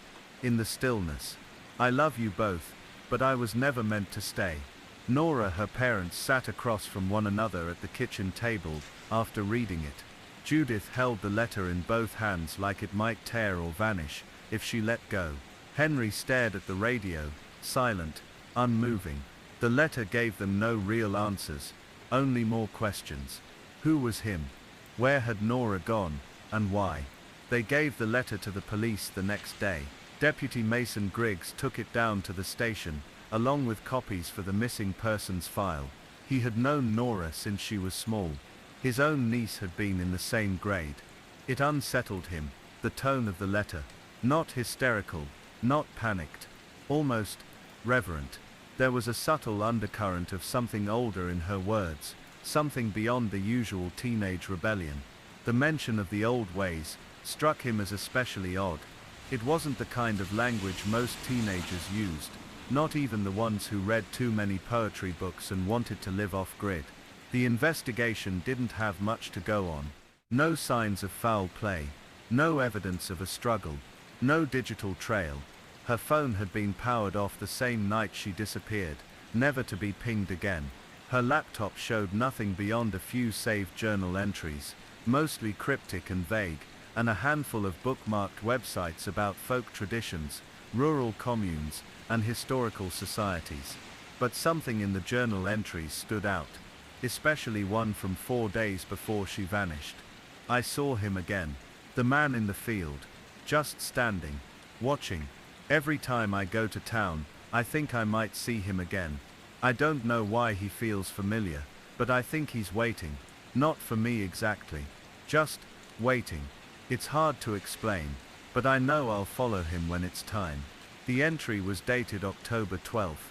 Local authorities combed the area around Norah's house again, particularly the eastern wheat fields, where she'd supposedly seen this mysterious figure. But there were no footprints, no indication anyone had been standing there recently. The rumor mill in Walnut Grove spun itself into a frenzy. Some townsfolk clung to practical theories that Norah had run away to join some fringe group or religious sect. Others whispered about darker things, about the Wittmann land, about the old stories their grandparents used to tell, about the so-called silent man who wandered the edges of town long ago. When Deputy Griggs brought up the man in the field reference to Judith, her face went pale. She said it wasn't the first time Norah had mentioned him. She recalled a dinner conversation weeks before where Norah had asked whether their property had ever belonged to people who practiced. When Judith pressed her on what she meant, Norah shrugged and said, "Like people who used the earth for more than planting. You know, old stuff." At the time it had seemed like just another odd thing her daughter said. Norah had always been curious about obscure topics, folklore, small-town mysteries, even urban legends. But this wasn't just some ghost story she found online. Days turned into weeks. November brought its first frost, and with it a deepening silence around the Wittmann case. The flyers yellowed on telephone poles. The TV crews had long since packed up. Judith stopped going into town unless she had to. Henry went to work, came home and retreated into the garage, where he sat at his old workbench, sanding wood that never became anything. Then came the phone call. It was the night of November 17th. Judith had just turned in for the evening when the landline rang. It was almost 11:30 p.m. Henry picked up first, and she could hear the confusion in his voice. He called her into the kitchen, holding the receiver out like it was made of glass. "It's her," he said, voice barely above a whisper. Judith took the phone and pressed it to her ear. There was a pause, then static, and then unmistakably, Norah's voice. "Don't look for me. It's better now. I understand things I never did before." Her voice sounded far away, distorted. The line crackled, and for a moment it seemed like there was another voice behind hers. Lower, barely audible, like a hum or chant. Judith asked where she was. She begged her to come home. She told her she loved her. Norah replied, "I'm not alone. I'm safe. But I can't come back. Not now." Then the line went dead. The call had come from a restricted number. There was no way to trace it. The sheriff's department requested a record from the phone company, but it led nowhere. No record of any call at that time from any registered phone. Deputy Griggs interviewed the Wittmanns again, pressing them on anything else Norah might have mentioned before she vanished. Any names, symbols, groups, locations. Judith recalled only one other strange comment, made shortly after Norah had attended a community art show in nearby Pittsfield. She had seen an older man there, selling hand-carved totems, small wooden figurines shaped like thin men with hollow eyes. Norah had lingered at his booth, asking questions Judith didn't hear. That man was never identified. 2 months passed, then 3. In January, a hiker walking through a remote patch of forest about 40 miles north of Walnut Grove came across something odd. A clearing with a crude stone circle at the center, and in it several burned-out candles, animal bones, and a weathered piece of notebook paper half buried beneath leaves. Written in faint blue ink, in Norah's handwriting, were the words, "He doesn't sleep. He waits beneath the roots." The scene looked ritualistic, though there were no signs of violence or human remains. Authorities bagged everything and sent it to the lab, but no further clues came from the discovery. The candle wax didn't match any brand sold nearby. The bones were small animal remains. A rabbit, possibly a fox. The paper had no fingerprints, aside from Norah's partial print. To some, it was confirmation that Norah had fallen in with a cult. To others, it was something less explainable. As the 1-year mark approached, Norah's case was no longer considered active. She was listed among the long-term missing, her face added to a growing digital memorial of those the world had quietly lost. But back in Walnut Grove, Judith still heard strange tapping on the windows some nights. Henry swore he saw a figure standing at the edge of the eastern wheat field one morning at dawn, motionless, tall, wearing something like a coat or robe. By the time he stepped outside, it was gone. Neither of them talked about it. They didn't need to. Something had taken hold when Norah disappeared. Something that didn't want to let go. As winter deepened over Walnut Grove, the town all but surrendered to the quiet.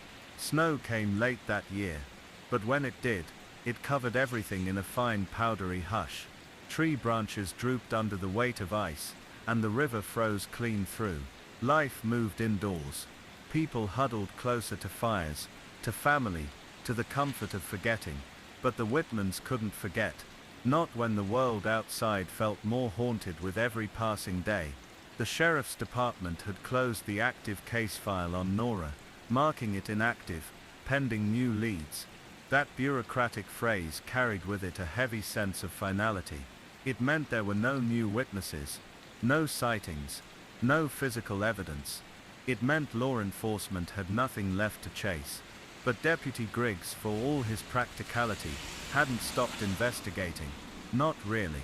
He still kept a folder marked Wittmann in the top drawer of his desk, and every so often, he'd pull it out and reread the letter, the journal entries, the field notes from the totem vendor at the art show in Pittsfield. He couldn't stop thinking about that line in the clearing. He doesn't sleep. He waits beneath the roots. It wasn't just eerie. It felt intentional, deliberate.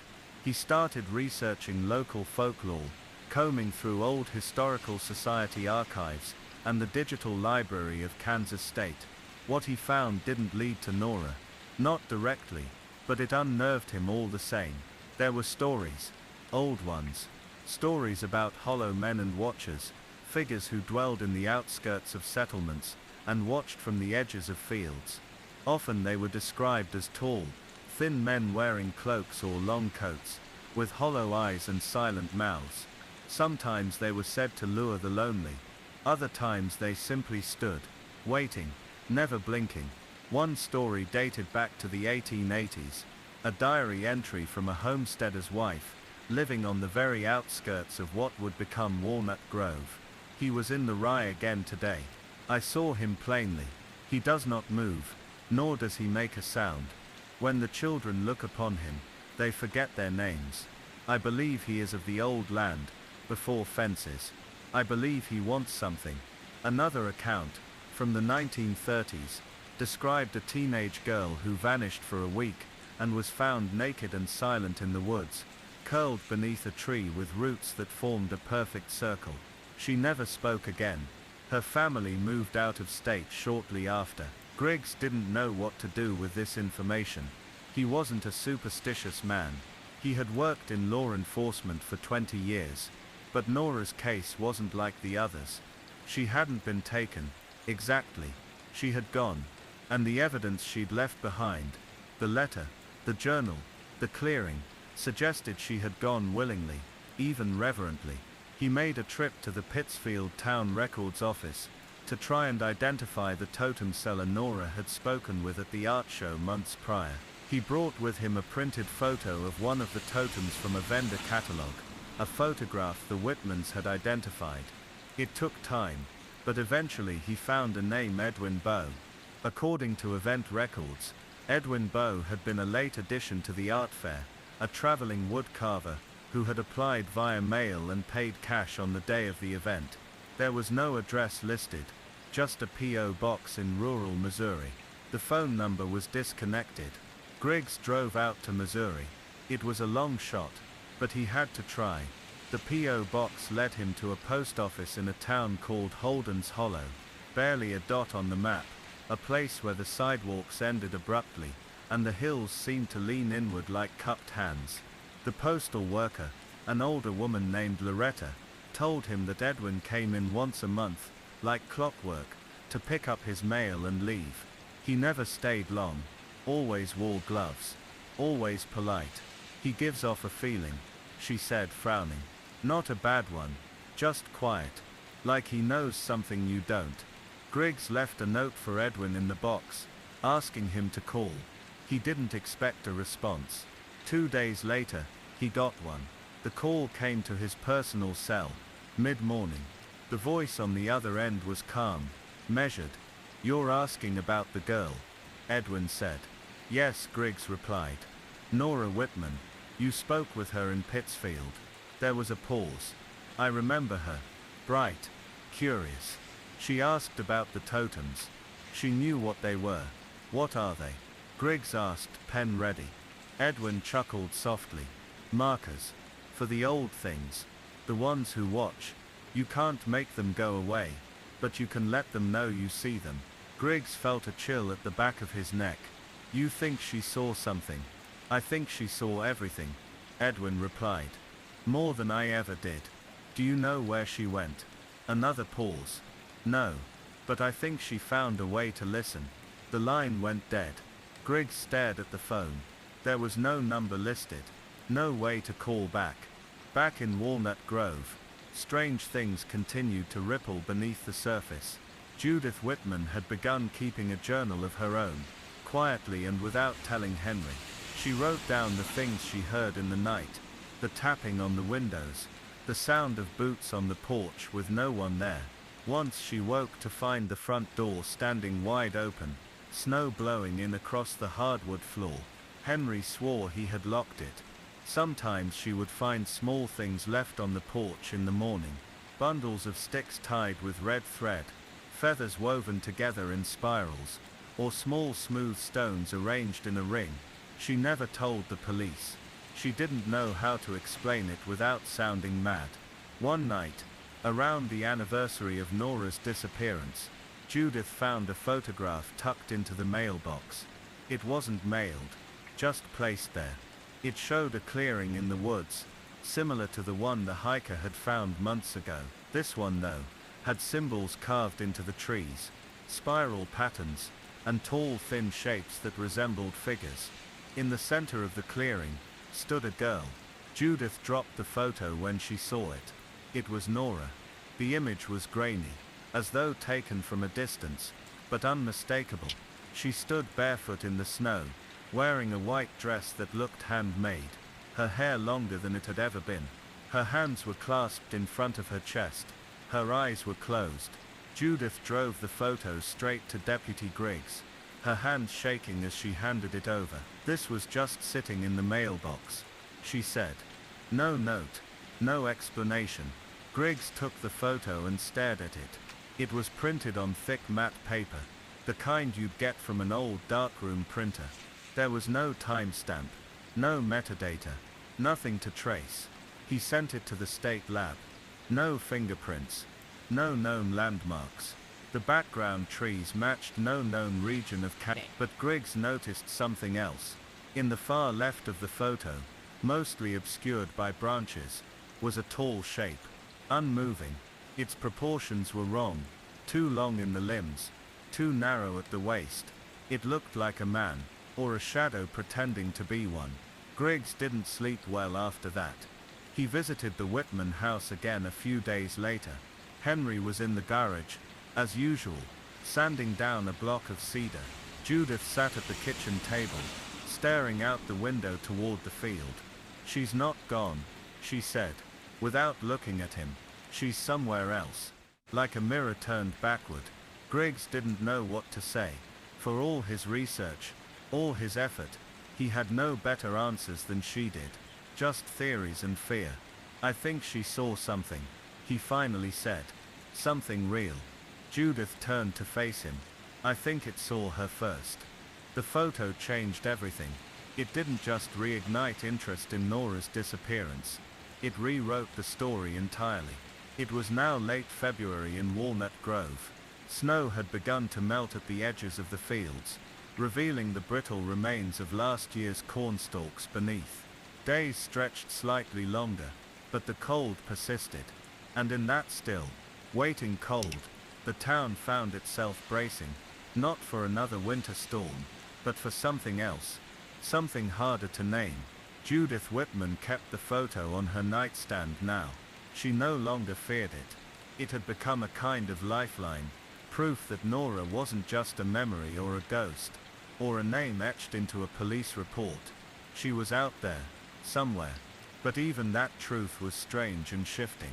The photo had no origin, no sender, no fingerprints.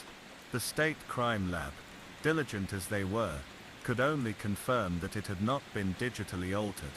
It was real, whatever real meant in this context. The symbols carved into the trees couldn't be matched to any known alphabet.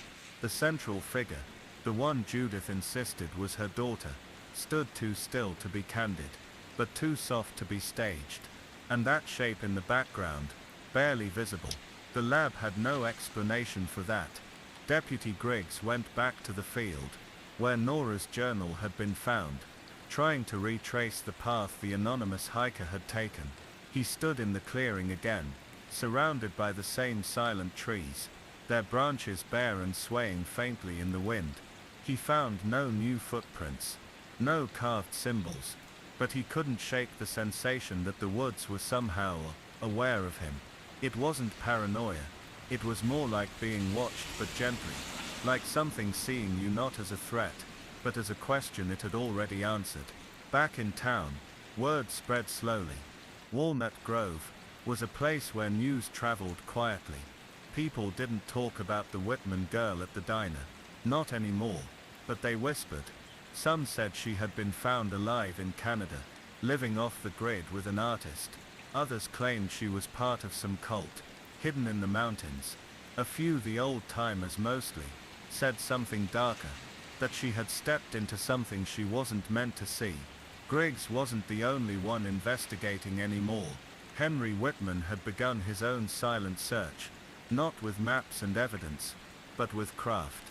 Every evening, after closing his garage workshop, he carved small figures at first, then larger ones, not from memory, but from dreams. He stopped shaving. He stopped speaking at dinner. He worked by candlelight, hours into the night. The figures he made were all the same, tall, thin bodies, with blank faces, arms hanging low at the sides, standing motionless. Judith found one of them placed outside the bedroom door one morning, another on the kitchen table, and one larger than the others, sitting in the center of the hallway near Norah's old room. She didn't move them, she just stepped around them and kept walking. She knew what they were.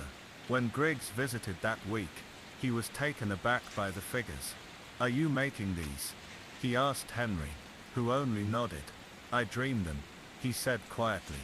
"And when I wake up, they're still here. Do you think they have something to do with Norah?" Henry looked up, and for the first time in months, his expression showed something other than grief. "I think they've been here longer than all of us." Griggs took one of the carvings back with him. He placed it on his desk, where the folder marked Wittmann still sat. That night, he had his first dream. In it he stood in the same field from the photo.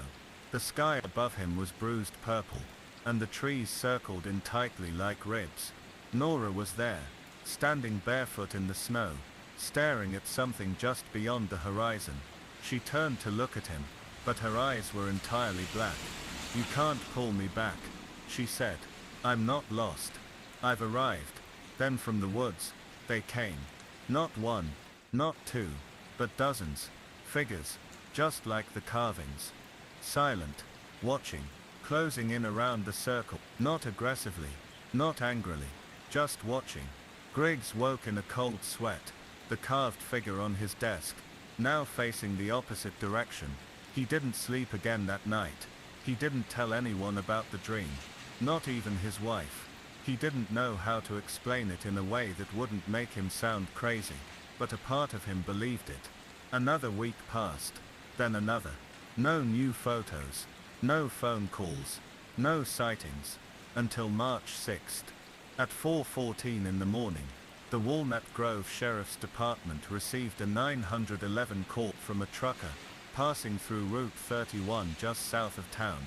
He reported seeing a young woman walking barefoot along the shoulder of the highway, wearing a thin white dress, her hair down her back. He slowed down to ask if she needed help, but she turned and walked into the field without a word. When deputies arrived, they found nothing, no footprints in the frost, no sign of passage. but the trucker's dashcam caught a blurry image. And despite the pixelation, it was enough. It looked like Norah. The Wittmanns were notified that morning. Judith didn't cry. Henry didn't say a word. They just stared at the screen and watched the footage in silence. Griggs begged the sheriff to reopen the case. He offered to spearhead a renewed search. The sheriff, weary and skeptical, agreed on the condition that Griggs take a week of leave to clear his head. Instead, Griggs went back to the woods. He walked the old path near where the journal had been found. The trail was faint now, the snow mostly gone, but the air still carried that strange stillness, like the earth was holding its breath.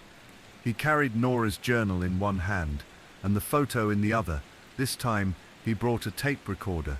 He sat down in the clearing, legs crossed, and began to speak. If anyone's listening, I don't know what this is anymore. I don't know if we're looking for a missing person, or if we've stepped into something else entirely. But I believe you're here. I believe Norah saw you. I believe she joined you. He paused. I don't want to take her back. I just want to understand. The wind picked up then, just slightly. Not loud, not forceful, but it carried something. A sound like dry leaves brushing together, like distant humming, then silence. When he stood to leave, he found something at the edge of the clearing. Another carving, but this one wasn't like Henry's. It was finer, delicate. The lines were smooth, the figure more fluid. It was a girl, standing with her arms outstretched, eyes closed. At the base was a single word: Norah. Griggs took it home. That night, he dreamt again. In the dream, he stood in the middle of the Wittmanns' house. The furniture was covered in sheets. The lights didn't work, but the house wasn't empty. Norah was there, sitting at the dining room table, writing. When he approached, he saw what she was working on. A letter. He leaned closer, but she stopped writing and looked up at him. You shouldn't be here, she said. I'm trying to help, he replied. You're too late, she whispered. But it's okay. Griggs woke up with the words echoing in his mind. He knew now, with a quiet certainty, that Norah was never coming home, not because she couldn't, but because she didn't want to. Her letter had said as much. I am not afraid. I understand now. 3 months later, a hiker in western Missouri found another carving beneath a birch tree along a remote trail. It was almost identical to the one Griggs had found, only this one was marked with a different name: Ida Wynn. No one ever heard from Edwin Bow again. His mailbox in Holden's Hollow remained empty. The Wittmanns moved away the following spring. No forwarding address, no announcement. Griggs eventually boxed up the file. The final entry in his notes, scrawled on a loose leaf tucked inside, reads: Some people go missing, others cross over. Norah didn't vanish. She chose, and whatever she found, maybe it wasn't evil, just older than we can understand, older than language, older than grief. The file was never officially closed, but no one asked about Norah Wittmann anymore. The last time anyone mentioned her name, it was at the edge of a bonfire at a high school party. Years later, someone said the woods behind the Wittmann house were haunted. No one knew why. They just said, don't go near the clearing. And if you do, don't speak. Just listen, because sometimes, if you're quiet enough, you can still hear the scratching of a pen, writing one last letter. The boy from Mirror Lake. There were summers in the Adirondacks when the air itself felt like memory, thick with pine, sharp with dew, and slow as syrup. That was the kind of summer they remembered in the town of Fallmere in 1989. The lake shimmered like silver glass, ringed by cabins with wooden porches and quiet secrets. Children biked along dirt trails, skipping stones and chasing fireflies until the sun slid behind the mountains. It was a place where nothing ever happened until it did. On the evening of July 16th, 12-year-old Jacob Elroy vanished from the shores of Mirror Lake. He had been camping with his father and older brother in a rented cabin about a quarter-mile up from the public dock. The three of them had come up from Albany for the week, same as they had the summer before, a yearly trip. A ritual. That Sunday, the lake had been unusually busy. The marina was full of small boats, families grilled by the shoreline, Lifeguards sat high in red wooden chairs, watching swimmers with lazy interest. Jacob had been down by the water just before dusk, holding a green bucket he'd been using to collect tiny minnows and skipping stones. His brother Aaron said he had been talking to an older boy by the boat shed. But no one could say who that boy was, and no one remembered seeing him after Jacob disappeared. At first, there was no panic. When Jacob didn't return to the cabin by 7, his father assumed he'd wandered off on one of the trails. A curious boy, always drawn to whatever moved or glimmered just out of reach. They searched for an hour, then another. By 9 they had knocked on the doors of every cabin along the water, asking if anyone had seen him.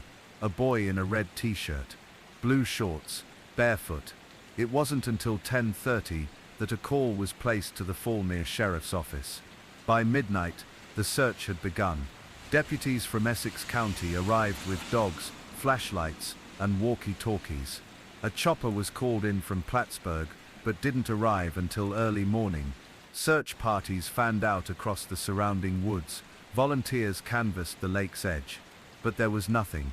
No trail, no footprints, no sound.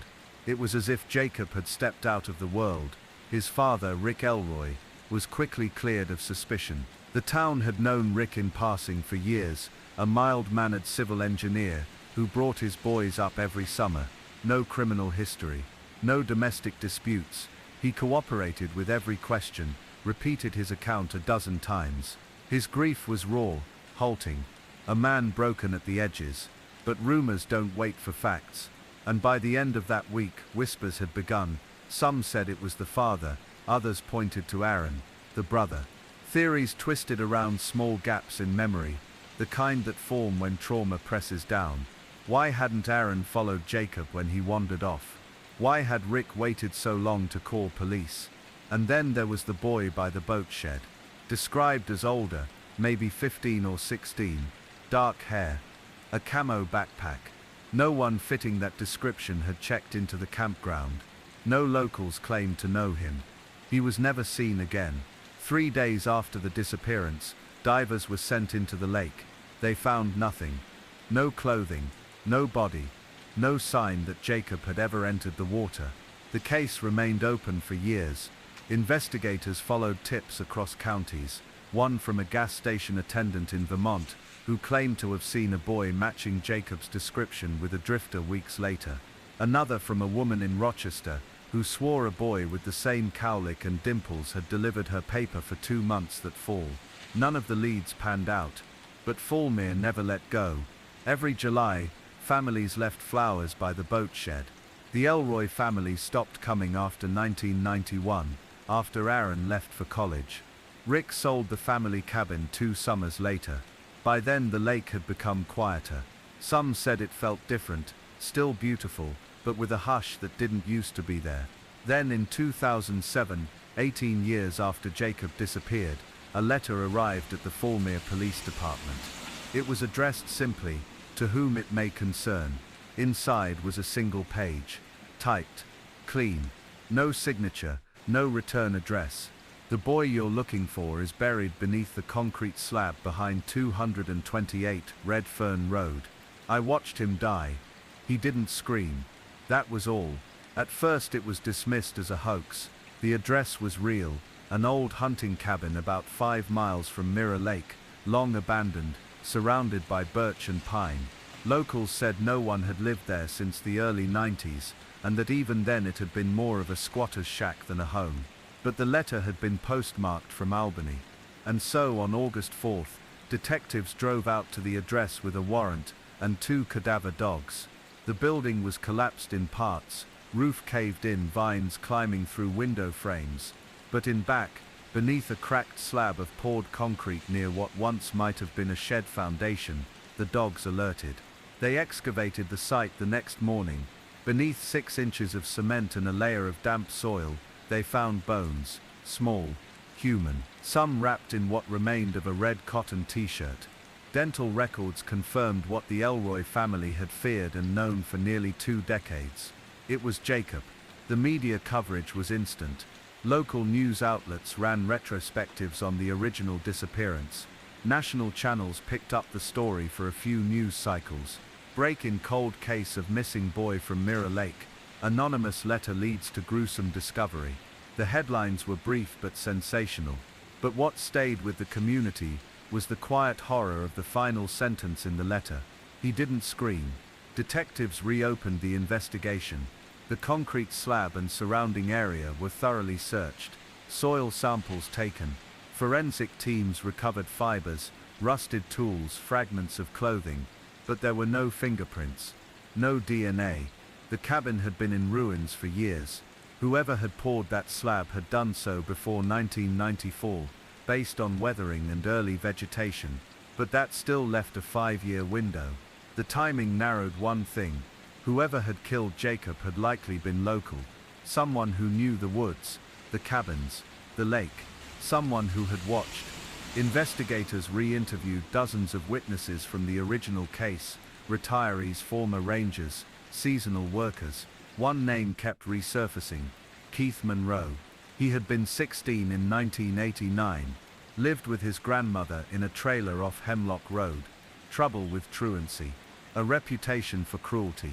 One teacher from the time remembered him tormenting smaller children, luring them into the woods, setting traps. Keith had left Falmere in 1991, joined the military, then disappeared from public records. No social media, no criminal convictions, just vanished. And yet when detectives searched DMV archives, they found a match: Keith Monroe, now living in Tampa, Florida. No fixed address, but a P.O. box registered under his name.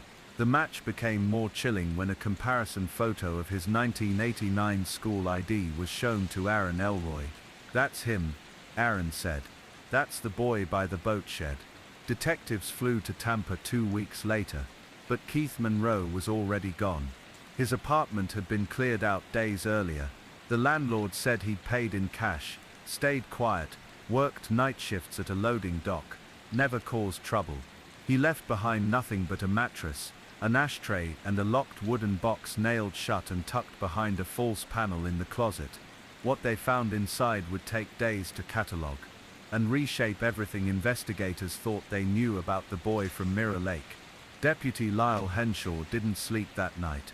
He sat in his office at the Clearwater County Sheriff's Department, the yellowing fluorescence buzzing overhead, a cup of bitter gas station coffee going cold by his elbow. On the desk before him were 2 worn manila folders, the original case file from 2001, and the thinner one accumulating from the past 24 hours. He kept coming back to the photograph. The old Polaroid of 8-year-old Benjamin Brewer, taken the day before he vanished, had faded over the years. In it, Ben stood near the dock at Mirror Lake, his mop of chestnut hair messy, one shoelace untied, squinting in the sun. There was a gentle slouch to his shoulders, as though the weight of something unspoken already pressed on him. Lyle had been new back then, a deputy for less than 2 years, barely 23, still wearing the starch of the academy on his uniform. He remembered that summer, how the town swelled with tourists, how Ben's disappearance had cracked something open in the community. No one had seen it happen. He was just gone. Last seen on the lake's south bank. His mother had turned her back for a minute to fold towels, and when she looked again, he was no longer sitting on the shoreline rock. Divers searched for days. Bloodhounds had combed the woods. Helicopters hovered. The water was dragged. 100 volunteers swept the area on foot. They found his shoes, both of them, neatly placed at the edge of the lake, but no sign of Ben. And now, nearly 25 years later, a man in a soiled hoodie had shown up in the middle of the night speaking the boy's name. Lyle picked up the transcript from the hospital. The man, still listed as John Doe, hadn't said much. He'd refused to give his name, claimed he didn't remember it. But he repeated one thing over and over: "Ben's in the walls." At first the nurses thought he was hallucinating, meth psychosis maybe. But when Lyle questioned him gently, the man became agitated, repeating again, louder this time, "He's in the walls. Mirror Lake. He never left." By morning the John Doe was sedated and moved into psychiatric hold.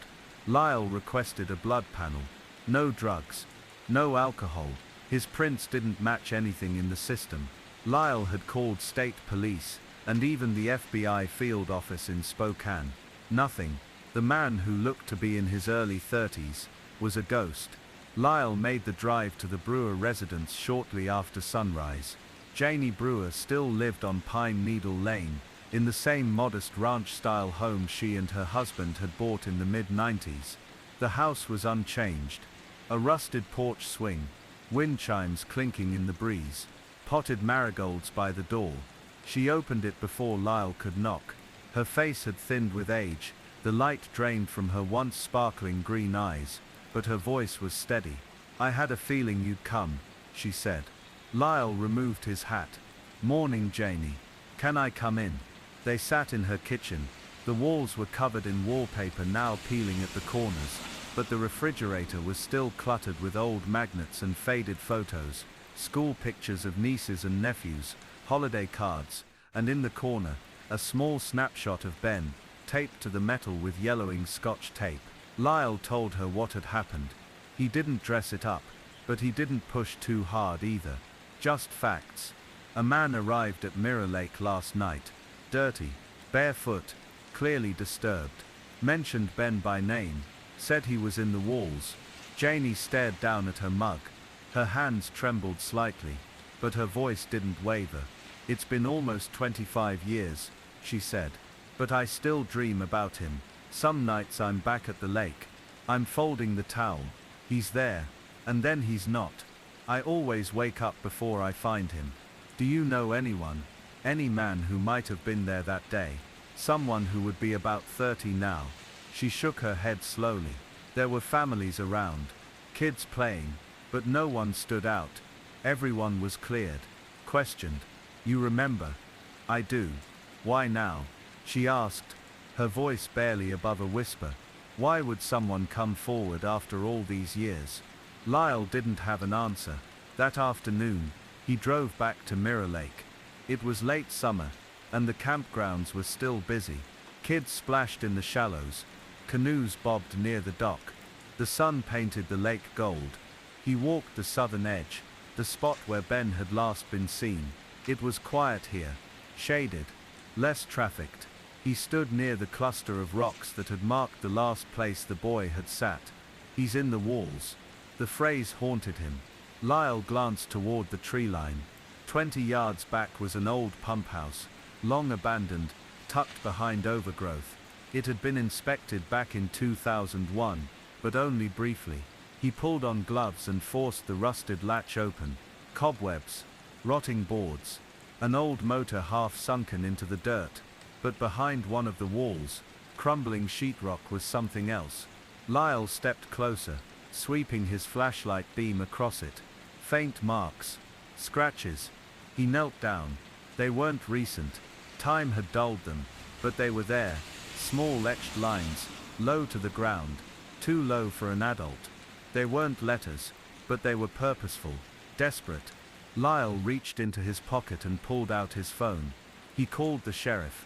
"We're going to need to bring in a forensic team," he said. "There's something down at the lake. Something we missed." Word spread quickly in Clearwater. Rumors churned like river silt. Some said the man who appeared at the lake was Ben himself. Others whispered that he'd been held in some underground cell all these years. A few locals, mostly older folks, recalled strange things about the lake. "Bad energy," someone said at the diner. "Things don't grow right near that south edge." Lyle tried to drown it out. He focused on the evidence. The wall of the pump house was pulled apart. Behind the sheetrock, they found a small void, a crawl space between the outer wall and an inner beam. Inside were bones. Tiny, fragile, human. Forensic teams from Spokane arrived within hours.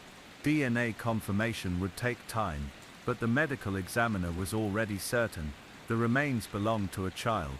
Estimated age: around 8. Found among the remains was a small fabric tag, sewn into the collar of a child's shirt. The name printed in faded ink: Ben B. Lyle stared at the tag for a long time after it was recovered. He thought about all the years, the tears, the prayers, the posters, And now, 24 years later, Ben Brewer had been found just yards from where he vanished. And then the next question came. Who put him there? Back in the hospital, the John Doe remained uncooperative. The nurses said he'd started talking again, but only at night, and only to himself. Lyle visited him alone. The man stared at the ceiling, eyes bloodshot, skin drawn tight over his bones. You said Ben was in the walls. Lyle began. You were right. We found him. The man blinked slowly. You want to tell me how you knew that? He finally turned his head. Because I was there, he whispered. Lyle's pulse kicked. I remember, the man said. There was a house, with peeling paint, and a smell, like wet leaves. He told me to watch, told me to stay quiet. Who told you? The man's voice dropped lower. I don't know his name, just the man with the fishing knife. Lyle sat forward. Fishing knife. The John Doe's eyes glazed. He said if I told, he'd put me in the walls too. Lyle stood slowly. His hands were shaking. There had always been theories. Wandered off. Abducted. Drowned.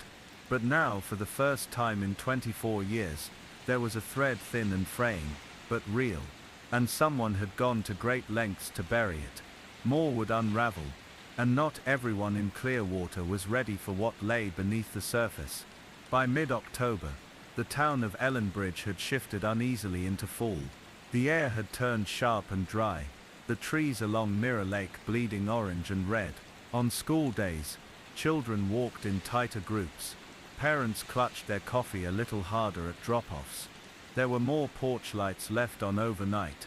Ethan Waldron's disappearance had cracked something open, not just fear, but something deeper and quieter, a loss of innocence perhaps.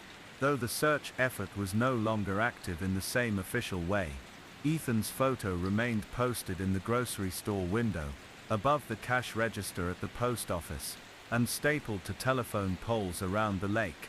His parents, Daniel and Marie, had mostly stopped speaking to the media. The constant barrage of reporters had faded, though an occasional van still passed through town hoping for new footage. Marie rarely left the house anymore, and Daniel had returned to his work at the hardware store, not because he was ready, but because bills needed paying. No one said it aloud, but most people suspected Ethan was no longer alive. Still, a handful of volunteers continued looking in quiet ways.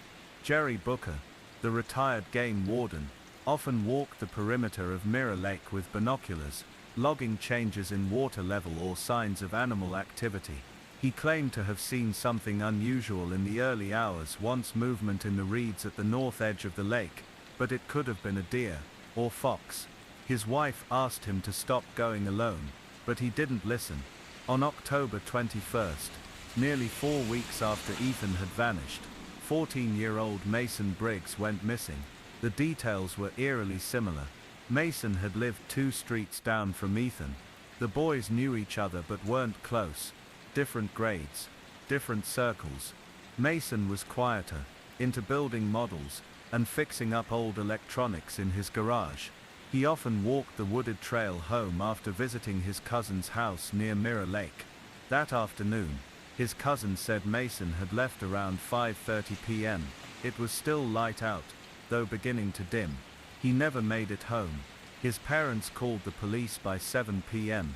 And this time the response was swift. No one wanted to repeat the mistakes made during Ethan's disappearance. The search was on within hours. Came 9 units. Drones. Mounted officers.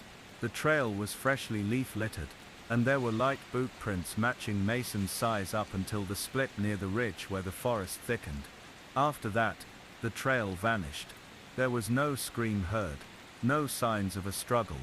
Just like Ethan, he had seemingly evaporated. Panic took hold in Ellenbridge. 2 disappearances of teenage boys in the same area within 1 month, both in daylight, both from the vicinity of Mirror Lake, meant coincidence was no longer on the table.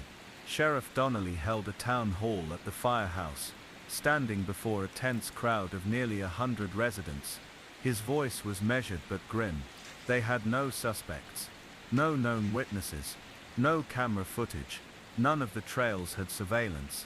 Donnelly urged parents to keep children home from school if possible, and to avoid the lake until further notice. Rumors began almost immediately. Some said it was a drifter, someone living off the grid in the woods. Others whispered about an ex-con who had recently returned to town after serving time for assault, though no evidence ever tied him to either boy. A few brought up the legend of the Watcher of Mirror Lake, an old folk tale about a figure who lured children into the woods. Most dismissed it as nonsense, but the older folks remembered the stories, just enough to feel a chill.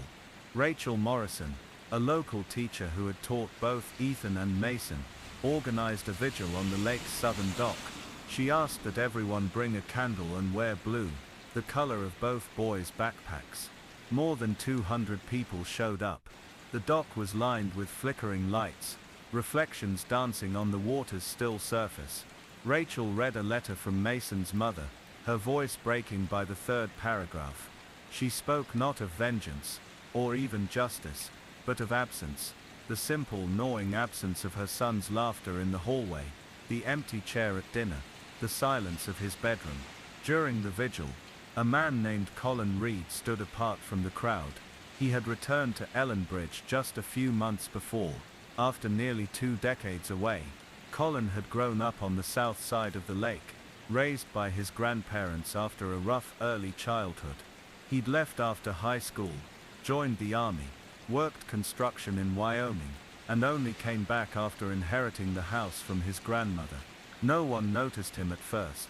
He didn't speak to anyone, but he kept returning to the lake, often sitting near the same bend in the trail where Mason's footprints had stopped. Some thought he was just grieving quietly, like so many others. Others found him odd.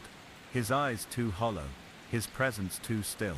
When Sheriff Donnelly finally spoke with him, Colin was cooperative, polite even. He said he'd known Ethan's father in school, said he'd been walking the trails because he found them calming, said he had no idea where the boys had gone, and nothing about his background raised flags. He had no record, no known connections to either boy. Still, there was something about him that didn't sit right. A week after Mason's disappearance, the lake began to recede. This was strange, not entirely unnatural, but noticeable. The waterline along the north edge had dropped nearly a foot, exposing damp stones and gnarled tree roots that hadn't seen sunlight in years. Residents blamed the lack of rain, others weren't so sure. Jerry Booker, ever the watchful eye, thought it was significant. The lake, he said, was exhaling. Then came the finding. On November 2nd, a fisherman named Tim Dyer, out early before sunrise, caught something in his line that wasn't a fish. Near the shallows by the boat ramp, he pulled up a mud-slicked backpack, blue nylon, torn along one seam, heavy with water. He called the police before even unzipping it. When they opened it on scene, it was confirmed Mason Briggs' name was stitched inside. Inside the backpack was a single item, a tattered hand-drawn map of Mirror Lake, crumpled and damp, but legible. What stood out most was a red circle drawn on the northern shore, near an outcrop of rock shaped like a tooth. The rock had long been called Devil's Tooth by local kids. A jagged protrusion visible only when the water was low. It had once been part of an old hunting camp, long abandoned. Search teams combed the area thoroughly. At first they found only moss, rock and silence, but behind the tooth, wedged between tree roots, was a series of broken boards, rotted timber that looked like it once formed a cover. Beneath it was a hollow depression in the earth, a hole, not deep, but wide enough to crawl into. Inside they found old bones, animal, most likely, decayed cloth, broken glass, and far back at the curve where the tunnel seemed to turn sharply underground, they found a single sneaker. It was caked in dried mud, blue with white laces, the same brand Ethan had worn the day he vanished. DNA testing would take time, but the sneaker matched photos taken from Ethan's school locker. The hole was sealed. The area was declared a potential crime scene. Forensics teams descended on the site. No human remains were recovered that day, but there was little doubt that the boys had been there. If not taken there, then drawn somehow. Whether by someone or something, no one could say. Sheriff Donnelly requested assistance from the state. A profiler was brought in from Boston. News vans returned. The sense of dread, which had only just begun to settle, swelled again like a second storm, and amid it all, Colin Reed vanished.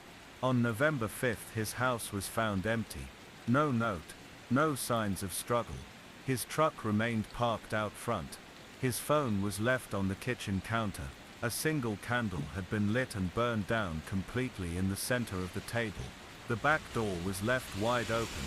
Colin Reed's disappearance sent ripples through Ellenbridge, sharper than those caused by the boys themselves. People talked in hushed, uncertain tones. He had seemed odd, yes, but polite, reclusive but not threatening, and yet now he was gone, and his house had felt wrong. Deputies entered the Reed home on November 6th, after neighbors reported the door still ajar.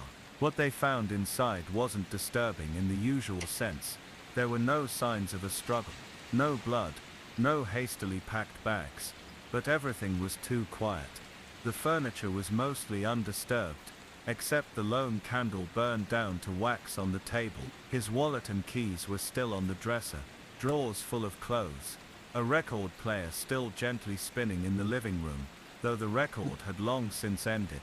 A stack of notebooks on the desk, all filled with a single repeated phrase. He watches from the bottom, over and over, page after page, in different handwriting styles, different levels of pressure, as though Reed had written them in various states of awareness, all from different minds. Sheriff Donnelly didn't want the press to get wind of that detail. It felt too strange, too suggestive. They still needed facts, not hysteria. But in a town like Ellenbridge, things never stayed secret for long.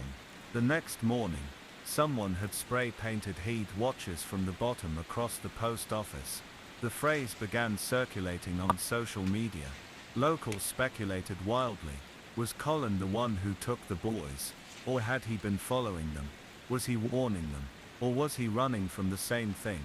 The tunnel near Devil's Tooth had been sealed for safety, but not abandoned.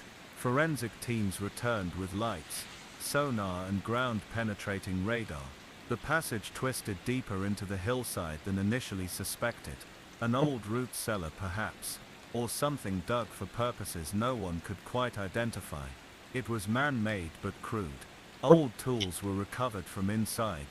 Rusted saw, a shattered mirror, ancient jars filled with what had once been herbs, animal bones in piles, cloth bindings, symbols scratched into stone walls that didn't match any language the team recognized.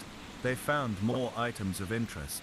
One of Ethan's gloves, a scrap of Mason's hoodie, a water bottle labeled with a camp sticker from 2 summers ago, a red marble, but still no bodies. On November 10th, Colin's truck was spotted on a wildlife camera, 15 miles west of Ellenbridge, near the edge of the Bellwether Reserve. The footage was grainy but unmistakable. 2:47 a.m., headlights off, creeping along a fire road rarely used by the public. It stopped at the edge of the frame. No figure ever stepped out. It was found 2 days later, abandoned near a stream. The cab smelled faintly of lake water and in the glove box, police found another journal. This one different. There were no cryptic phrases, just one long rambling entry, dated 2 days before Mason vanished. The handwriting was messy but consistent. It read, in part, "It's not a person, that's what I keep trying to tell myself. If it was a man, he'd leave tracks. There'd be hair or blood, or some sign of resistance, but they just go. They follow something into the woods. They don't scream. They want to go, or they're made to. I saw one once when I was a boy. My cousin David. We were fishing and I turned to bait my hook, and when I looked up he was standing at the waterline with someone. A man, or a shadow of one. Too tall, too thin, wearing something like a coat, made of bark and vines. The water was still, but I swear it was watching me too. It knew I'd seen it. And then David walked he just walked. and he never came out. Sheriff Donnelly read the entire journal in silence.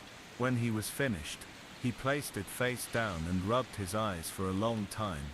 It was nonsense, folklore, trauma, reinterpreted through myth. And yet, the disappearances continued to defy reason. In early December, an unexpected storm blew through Ellenbridge, bringing rain so heavy the lake rose overnight by nearly 2 feet. The trail to Devil's Tooth became submerged, and the hole was now unreachable. Trees along the northern bank lost their footing, toppling into the water. When deputies returned 3 days later, they found that the tunnel entrance had collapsed entirely. Any remaining evidence, human or otherwise, was now buried beneath tons of earth. The FBI officially closed the active search on December 12, reclassifying the cases as presumed abductions. In a small press conference, a representative from the Behavioral Analysis Unit explained the lack of evidence, the unlikely odds of 2 unrelated disappearances in such a short time, and the statistical probability that the boys had been taken by someone local. No names were given, no arrests were made. The people of Ellenbridge returned to their altered routines. Kids no longer walked to school.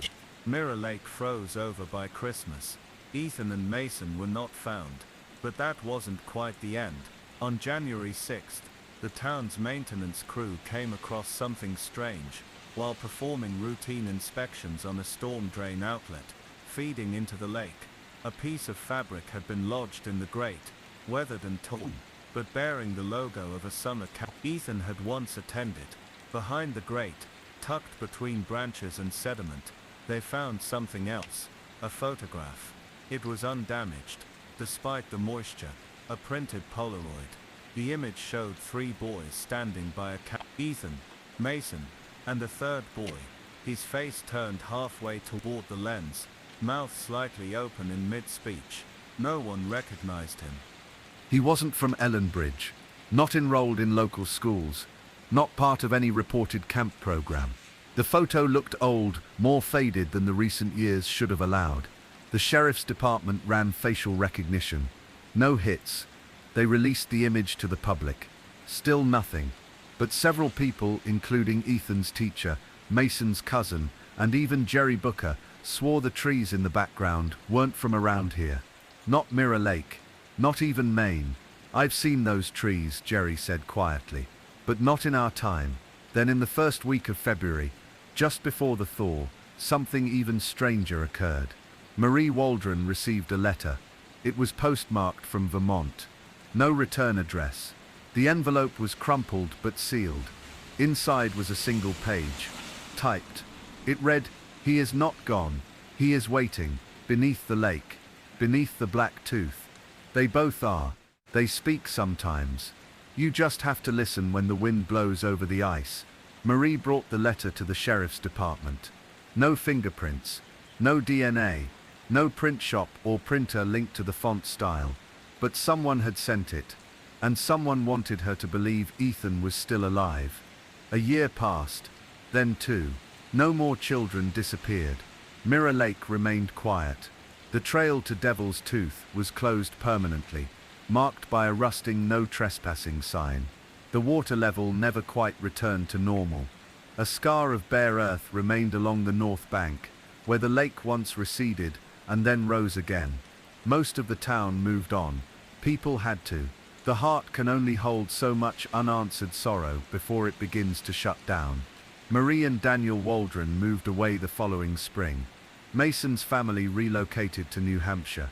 Colin Reedy was never found, but Jerry Booker kept walking the trail. Even into his 70s, he made the loop once a week, binoculars in hand, boots thick with mud, listening. And one late evening, near dusk, as the sun touched the treetops, he heard something. A voice, high, thin, distant, calling his name. He turned toward the lake. The surface was smooth as glass. The trees stood motionless. And for a moment, just a second, he swore he saw 3 figures standing at the far bank. Just boys, holding hands, staring back. The Winter Hill dismemberments on the outskirts of Bangor, Maine, where the pine trees grew thick and the fog never seemed to lift entirely from the hills. There sat a stretch of road that locals avoided after dark. Winter Hill Road was its name, a two-lane gravel track that wound upward through dense woods before plateauing near an abandoned stone quarry. The road itself was passable, but the silence that settled on it was not. Generations of teenagers had swapped stories about headlights that flickered out without warning, about a shadowy figure seen walking the tree line, always just far enough away to make you question your eyesight. Most wrote it off as myth. Old towns cling to stories, especially ones with just enough grit and darkness to survive. But in October 2004, the stories stopped being campfire tales. They turned into police reports. It began with a dog. On the morning of October 11th, a man named Peter Howley was walking his black lab Rocco through the woods about a mile north of Winter Hill Road. It was a misty Monday morning, cool and quiet. Peter, a retired postal worker, walked the same path every day. Rocco was off-leash, sniffing through wet leaves and pawing at squirrels, when he suddenly disappeared behind a thick wall of brush. Then silence. A long minute passed. Peter called his name, once, twice. Then the barking resumed, louder this time, urgent. Peter pushed his way into the thicket. Rocco was standing over something.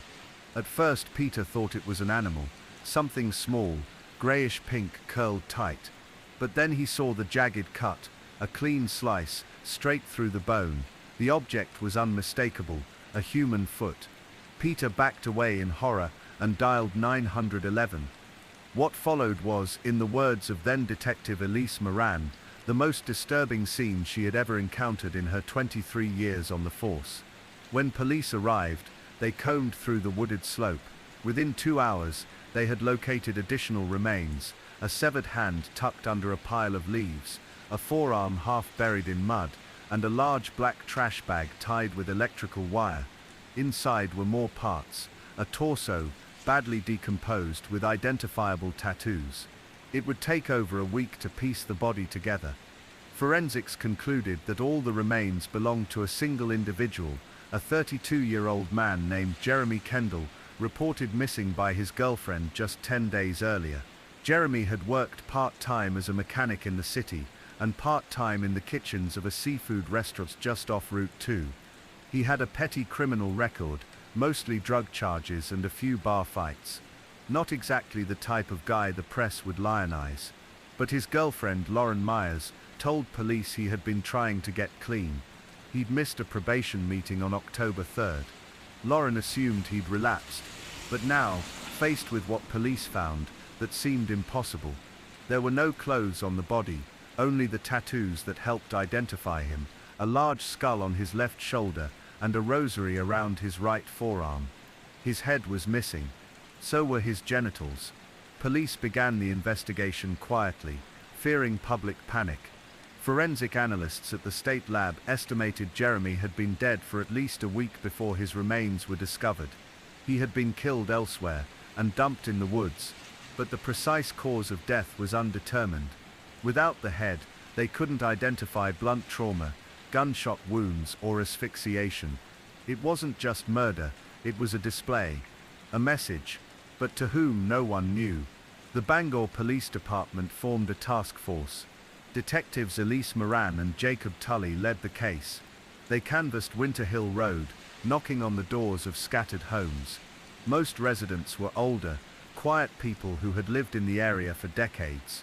One man, a reclusive veteran named Carl Nethers, claimed he had heard something like a chainsaw a few nights prior, but he chalked it up to someone clearing brush. No one had seen a vehicle.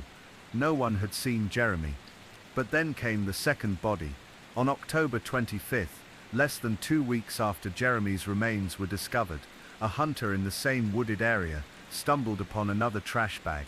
Inside were the limbs of a woman, pale, stiff, delicate. A single hand bore a thin gold ring. DNA testing matched her to Melissa Jean Carver, 29 years old. A preschool aide from Brewer, she had disappeared on October 7th after leaving a friend's house late in the evening. Her car was still parked on the street, her phone left behind on the front seat. Like Jeremy, Melissa had no known enemies. She wasn't involved in drugs. Her family described her as quiet, reliable, kind. She loved children. She volunteered at her church. Her remains had been treated the same way, dismembered, bagged and abandoned off Winter Hill Road. Again her head was missing. The press couldn't be held off any longer.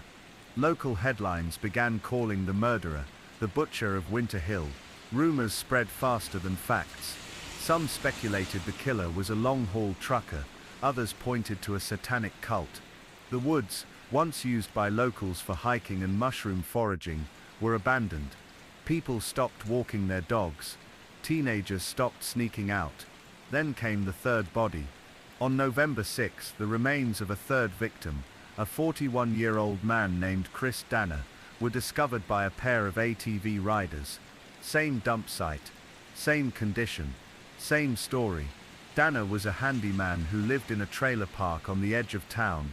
Like the others, he had no obvious connections to the first two victims. No apparent overlap, no mutual friends, no shared workplaces, no common hobbies. But his body was treated the same. Now the FBI got involved.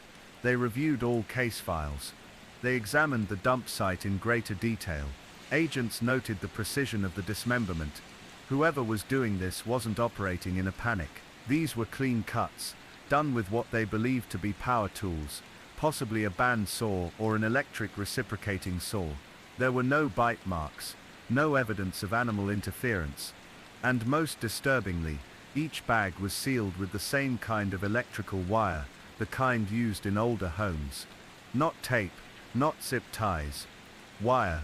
The killer was patient, consistent, practiced. On November 18th, law enforcement held a press conference, confirming what the public already suspected. There was a serial killer operating in Penobscot County. 3 victims had been found within 1 square mile of each other, all dismembered and left in the same fashion. The search was on. Tips poured in, most of them useless. Psychics, pranksters, people who thought their neighbor looked a little too interested in the news coverage. But one name began to surface, a man who lived off a private drive just beyond the quarry, less than a mile from where the bodies were found. His name was Darrell Garrison. Garrison was 54, single, and lived alone in a crumbling farmhouse inherited from his grandfather.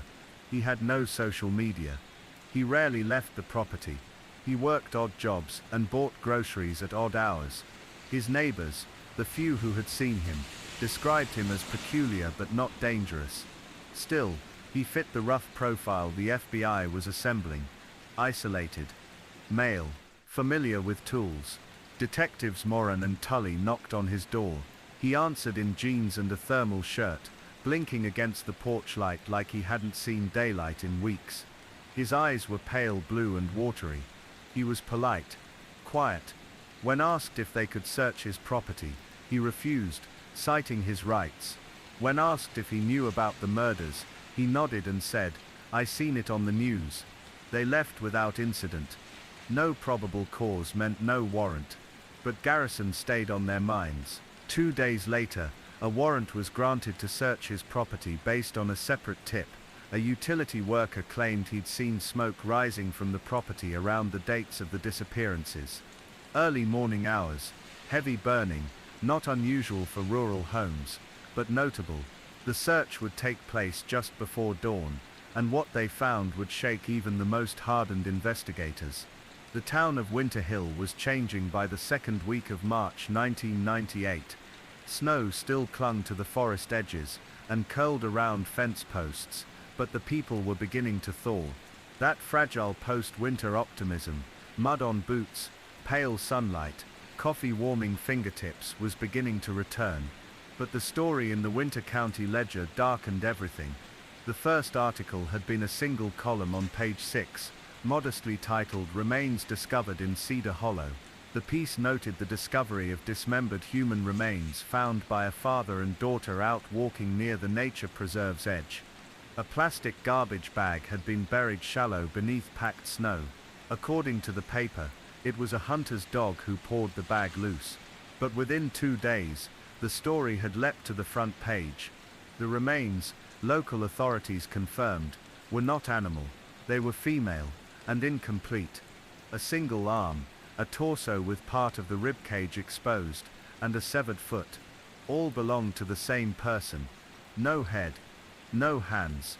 By the time Sheriff Douglas made a statement, speculation had already run rampant.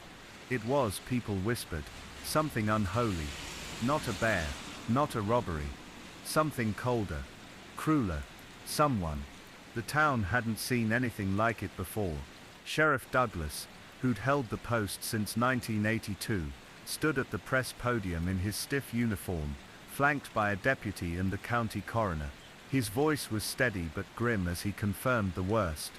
The remains belonged to a young woman, likely in her early 20s, Caucasian, approximately 5'4". The body had been in the ground for weeks, possibly longer. They would need dental records or DNA for confirmation. There were no identifying markings, no wallet, and critically no head. The town was suddenly on edge. Women in particular watched their backs more closely. Joggers stayed home. Hardware stores ran out of window locks and deadbolts by Friday. It didn't help that Winter Hill's police force was small, unequipped for the kind of investigation that was now descending on them. FBI agents were quietly brought in from Roanoke and Quantico. Their presence was subtle. No black SUVs with tinted windows, but in Town Hall, behind closed doors, they set up their incident board and began piecing together everything. There was no missing persons report matching the description. No one in Winter Hill, or in neighboring Bent Pine or Avery County, had reported a loved one vanishing in the last 4 months. The state police opened up the database, expanding their net truck stop disappearances, transient communities, college students who had stopped answering their phones. By the end of the second week, a second bag was discovered. This time it was a road crew that found it, less than 5 miles from the first site.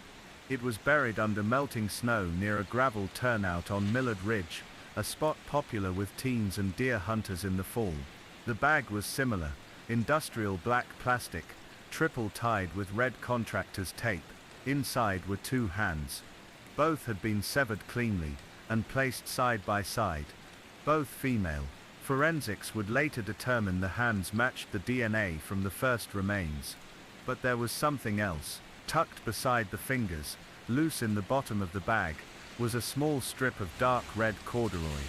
It was the edge of a jacket, or possibly pants worn frayed at the seam. It had 2 long dark hairs clinging to it. The corduroy had been soaked in blood.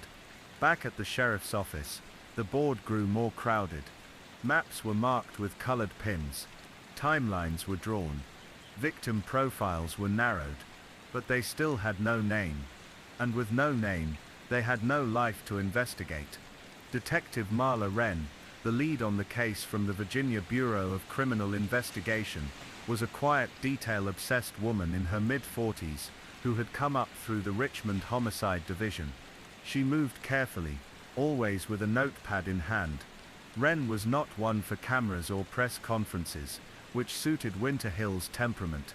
In private, she confided something troubling to Sheriff Douglas. The cuts were precise. The dismemberment had not been haphazard, not the panicked work of someone disposing of a body in a moment of fear. This had been done deliberately.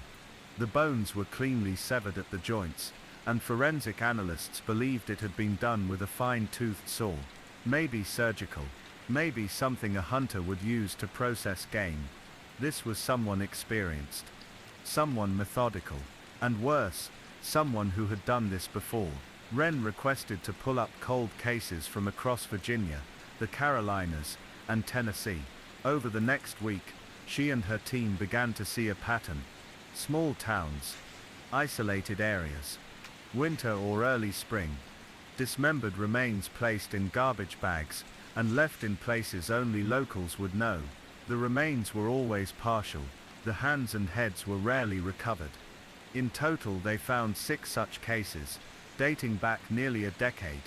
Different jurisdictions. No linked suspects. All previously believed to be one-offs, domestic disputes, transient victims, or cold cases filed away with insufficient evidence. But now, with the discovery of the Winter Hill remains, the idea of a serial offender grew stronger. The victim was finally identified on March 28. Her name was Delia Ann Briggs, 23 years old, originally from Dyersville, West Virginia. Her sister Emily Briggs had filed a missing persons report in early December, but Delia had been living a transient lifestyle, couch surfing, working part-time jobs at diners and gas stations, picking up seasonal work, so the report hadn't flagged. It was dental records that confirmed her identity. Her name was added to the board, but it didn't provide as many answers as they'd hoped. Delia had no fixed address, no car, and few recent contacts. She'd been in a halfway house in Staunton for a short period in late 1997. After that, there was no clear timeline. A few gas station receipts were linked to her debit card, one from late November in Harrisonburg, another from December 3rd in Elkton, and then nothing. It was assumed she'd been picked up while hitchhiking. The nature of her lifestyle made it likely she'd trusted the wrong person. Her remains had been in the ground for at least 2 months, based on decomposition and the frost line. But that meant she died shortly after her last confirmed sighting. A press release was issued to the state media, requesting any public information about Delia's last known whereabouts. A photo of her from a high school yearbook, smiling with a wild shock of curls and big brown eyes, was circulated widely. Tips began to trickle in. A waitress in Rockingham thought she'd served her pie in late November. A retired trucker remembered seeing a girl who might have been her at a rest stop in Bristol. But nothing was solid. Every sighting was vague, tinged by the passage of time and the fuzziness of memory. Then came the note. On April 2nd, the sheriff's office received an envelope. No return address. Inside was a single sheet of paper, torn from a lined notepad.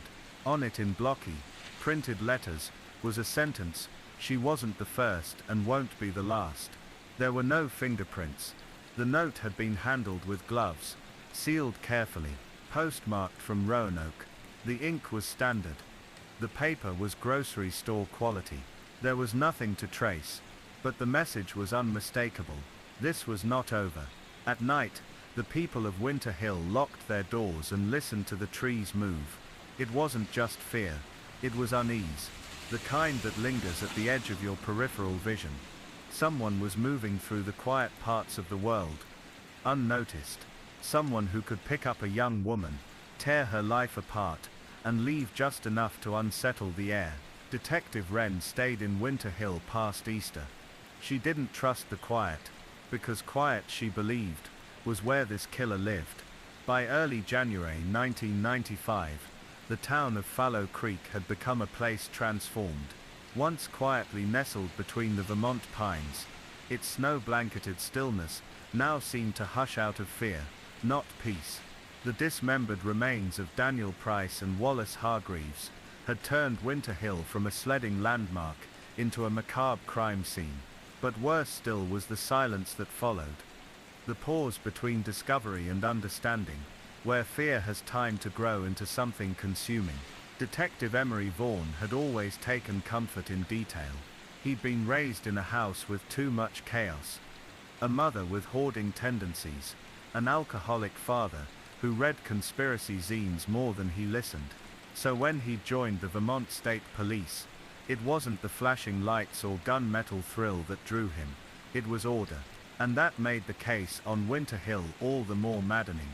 Emery kept re-walking the steps, not just the snowfield where the torsos had been found, but deeper into the lives of the victims.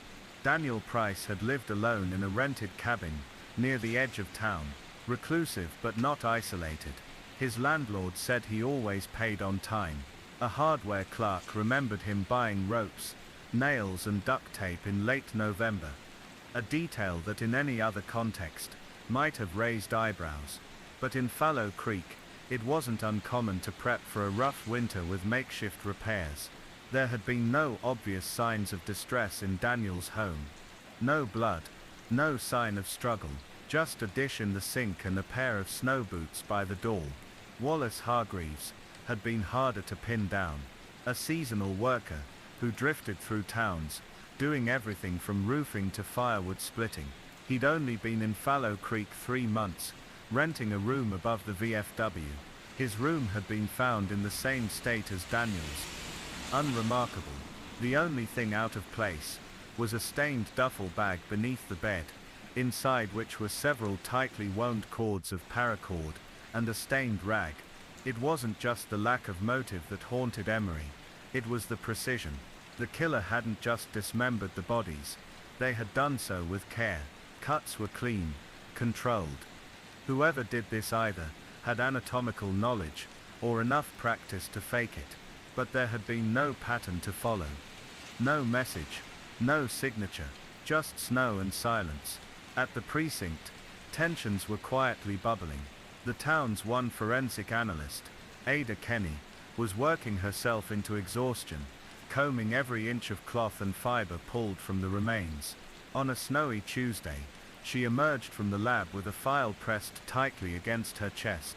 "I need 5 minutes," she said. Emery followed her into the cramped back office they shared with a box of retired radios and a humming space heater. She dropped the folder on the desk and leaned against the wall, arms crossed. There were traces of potassium permanganate in both victims' clothing. She said, "It's a compound used to mask the smell of decomposition, also used in certain cleaning agents. Military-grade stuff." Emery flipped through the folder. "That's not something you find at the general store." "Exactly," Ada said. "But that's not all. I found something embedded in the cuff of Daniel's coat. A sliver of metal, about 2 centimeters long, almost like a burr. A metal shaving, closer to a filed tooth." She said, "I had it analyzed.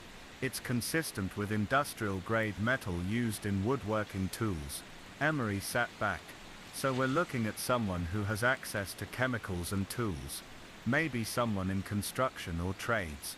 Or," Ada said quietly, "someone who owns a workshop." They stared at each other. For the first time in weeks, a shape began to emerge from the fog of ambiguity. Later that week, Emery and Officer Gina Kelson began compiling a list of residents in Fallow Creek who owned personal workshops or small industrial equipment. It was a surprisingly short list. Fewer than 20 people. Some were retired tradesmen, others hobbyists. Most were well known in town and had no serious criminal history. But one name kept circling back in whispers: Calvin Root. Calvin had lived in Fallow Creek for over 40 years. In his younger years, he'd worked as a machinist in nearby Bar. After a car accident in '87 left him with a limp, he'd retreated deeper into himself, spending most of his time in his garage workshop. A corrugated tin structure that stood apart from his crumbling farmhouse, like an extra appendage. Neighbors described him as odd but harmless. His lawn was always trimmed. He waved, but never smiled. Emery remembered Root distantly. He'd fixed the ignition on his father's Ford when Emery was a teenager. He remembered a quiet, thick-fingered man with a voice that sounded like old gravel. He wasn't threatening, but there was something meticulous about him. His garage had been organized like a surgical suite, everything in its place. That memory hadn't meant much to Emery, until now.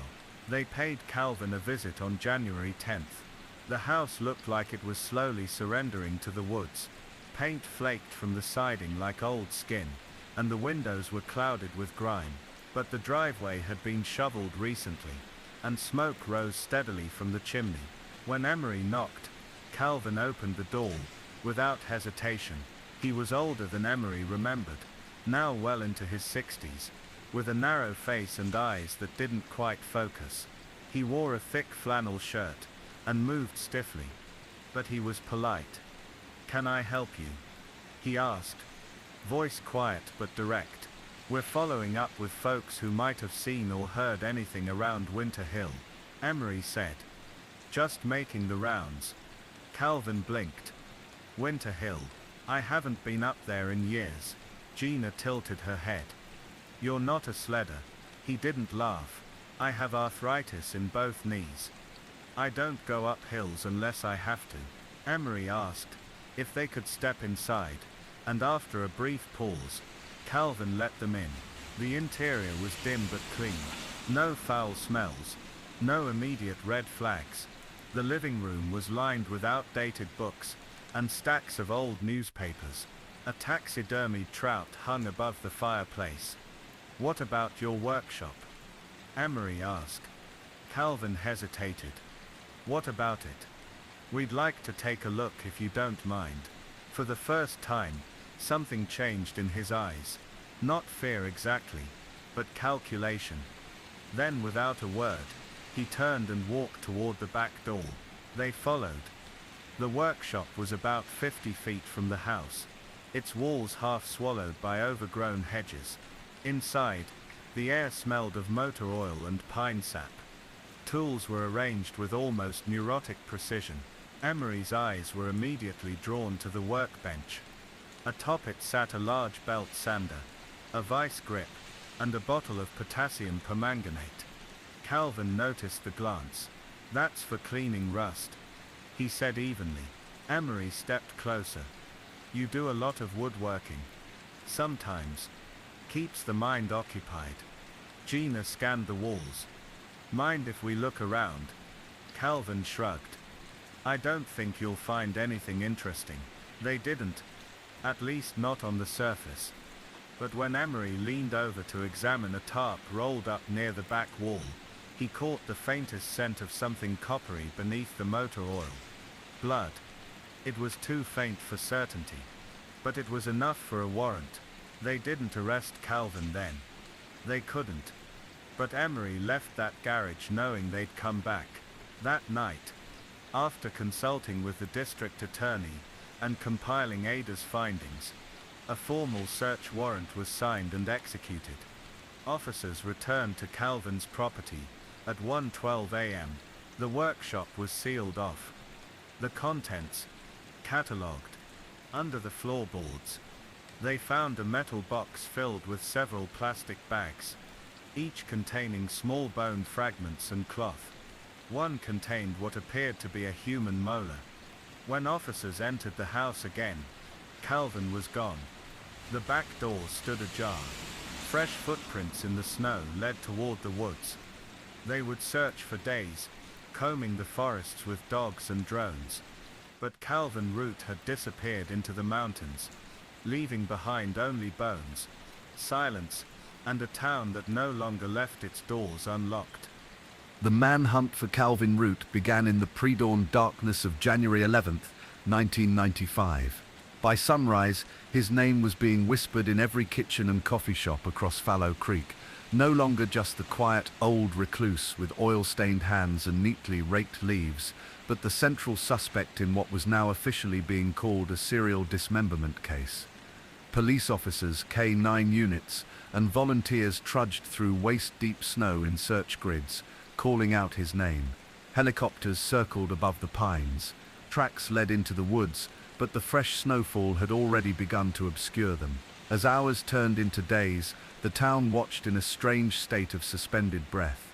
For Detective Emery Vaughan, the days after Root's disappearance became a blur of overlapping tasks. He barely slept. The scent of winter air clung to his coat like smoke. His thoughts looped in broken spirals. Where had Root gone? Was he still alive? And if he was, how much time did they have before more bodies appeared? But no more bodies did. For 3 weeks the woods yielded nothing. No signs of shelter, no remains, no hint that Calvin Root had survived in the harsh January wilderness. Yet Vaughan couldn't let it go. Root had been too methodical. Everything about his workshop, from the aligned tool sets to the cleaned chemicals, suggested a man who planned. And men who plan don't vanish into the cold without a contingency. The forensics team worked tirelessly to process the contents of the metal box found beneath Root's workshop floorboards. The fragments were human, some nearly powder, others intact enough to extract DNA.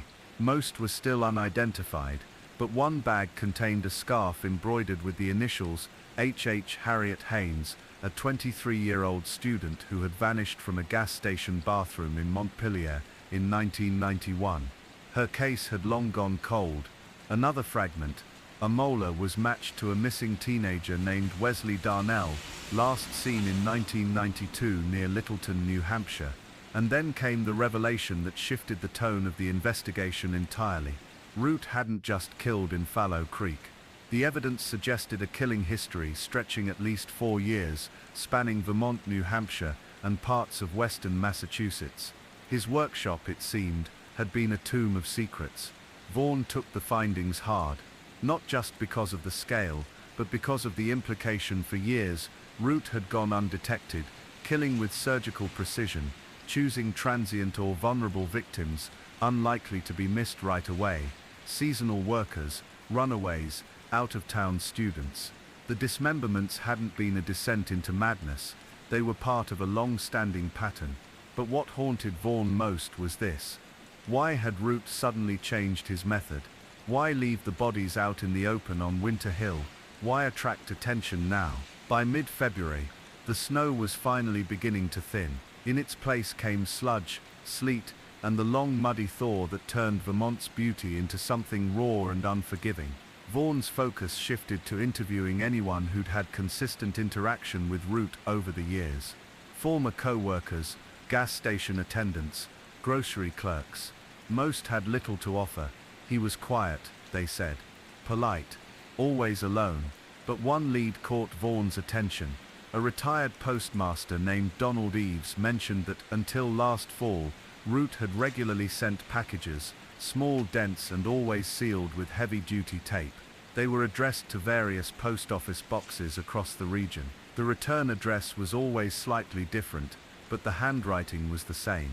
Eves had found it strange, but not alarming. He assumed Root was a collector of some kind. The packages had stopped in November. Around the same time Daniel Price was last seen alive. With a subpoena, the police retrieved records from the Postal Service and tracked down one of the P.O. boxes in Keene, New Hampshire. What they found was chilling. Inside were 3 packages, unopened, all postmarked from Fallow Creek. Each one contained bones, polished, wrapped in cloth, and accompanied by a handwritten label listing dates and GPS coordinates. One note simply read, October 3rd, Northwest Quadrant, unsuitable terrain for burial. Adjust method next time. It was a log, a clinical detached record of his kills. Vaughan studied the handwriting for hours. There was no passion in it, no venom. It was cold, efficient. Root had treated these killings like experiments. On March 9th, 2 local hunters reported finding a small shack deep in the woods near the edge of the Fallow Creek town line, roughly 5 miles from Root's home. It was partially collapsed, shielded by trees, and surrounded by discarded cans and empty fuel containers. Inside, investigators found a cot, a camping stove, and several books. The air reeked of mold and ash. Scrawled across one wall in black marker was a sentence, "The machine breaks down. Everything must return to order." There was no sign of Root, no body, no blood, just another retreat. It became clear to Vaughan that Calvin Root had designed this disappearance too, just as he had everything else. Maybe he had built this outpost as an emergency. Maybe it had been a temporary stop before he moved on to some even deeper hiding place. Maybe he was still out there, or maybe he was buried beneath the snow in some unmarked grave of his own choosing. The truth would never fully crystallize, and that ambiguity settled over Fallow Creek like a second kind of winter. By the time spring came to Vermont, the case had become national news. The story of the quiet machinist, turned alleged serial killer, was picked up by Dateline, 60 Minutes, and a dozen true crime podcasts. The FBI formally labeled Root as a fugitive and linked him to at least 5 other cold cases stretching back to 1989. The count of suspected victims climbed to 10, then 15, then possibly more. But inside the Fallow Creek precinct, there was little satisfaction. Emery Vaughan, once the kind of man who clung to clean endings, found himself staring more often at the window than his paperwork. He sat alone most evenings, nursing weak coffee, and staring at photos tacked to the caseboard, the black and white of Daniel Price smiling with a dog, Wallace Hargreaves sitting at a bar, Harriet Haynes in her graduation gown. Names turned into people, people turned into absences, and Root remained a shadow. They never found him. Some believed he had died in the woods that January night. Others were certain he had crossed the border into Canada, under the cover of a snowstorm. One theory even suggested he'd taken his own life, and left no trace, vanishing into the land he'd always seemed to blend into. But Vaughan had a different belief. He thought Root was still out there, not killing anymore, but watching. A man who had spent his life mastering control would never give it up easily. The dismemberments, the careful notes, the methodical burial sites, it had all been about control, and disappearing.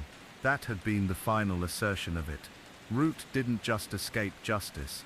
He erased the chance for resolution. 10 years later, in 2005, a hiker in Maine stumbled across a rusted tackle box buried beneath a cairn of stones along a remote trail. Inside were bones, labeled and wrapped. The notes were written in the same cold hand, but this time, there was something else. A letter, addressed simply, to the one who keeps looking. It read, "You see a pattern where there was only routine. You see evil where there was only correction. I did not kill out of hatred or frenzy. I killed to rebalance. The waste, the wandering, the disorder, it had to be pulled back. You do not understand me. You never will. Let that be enough." It was signed only, CR. The FBI added the letter to the official file.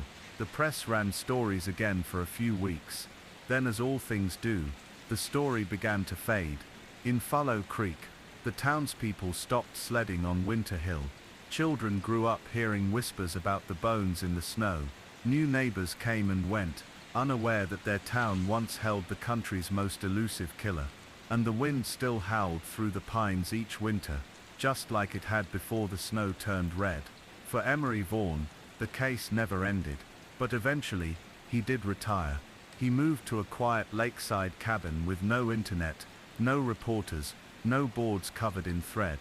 Yet even there, in that stillness, he kept one thing on his wall, a single photo of Calvin Root's workshop, taken the day of the search. It was a reminder, not of failure, but of something more honest, that some stories don't end with justice. Some end with silence.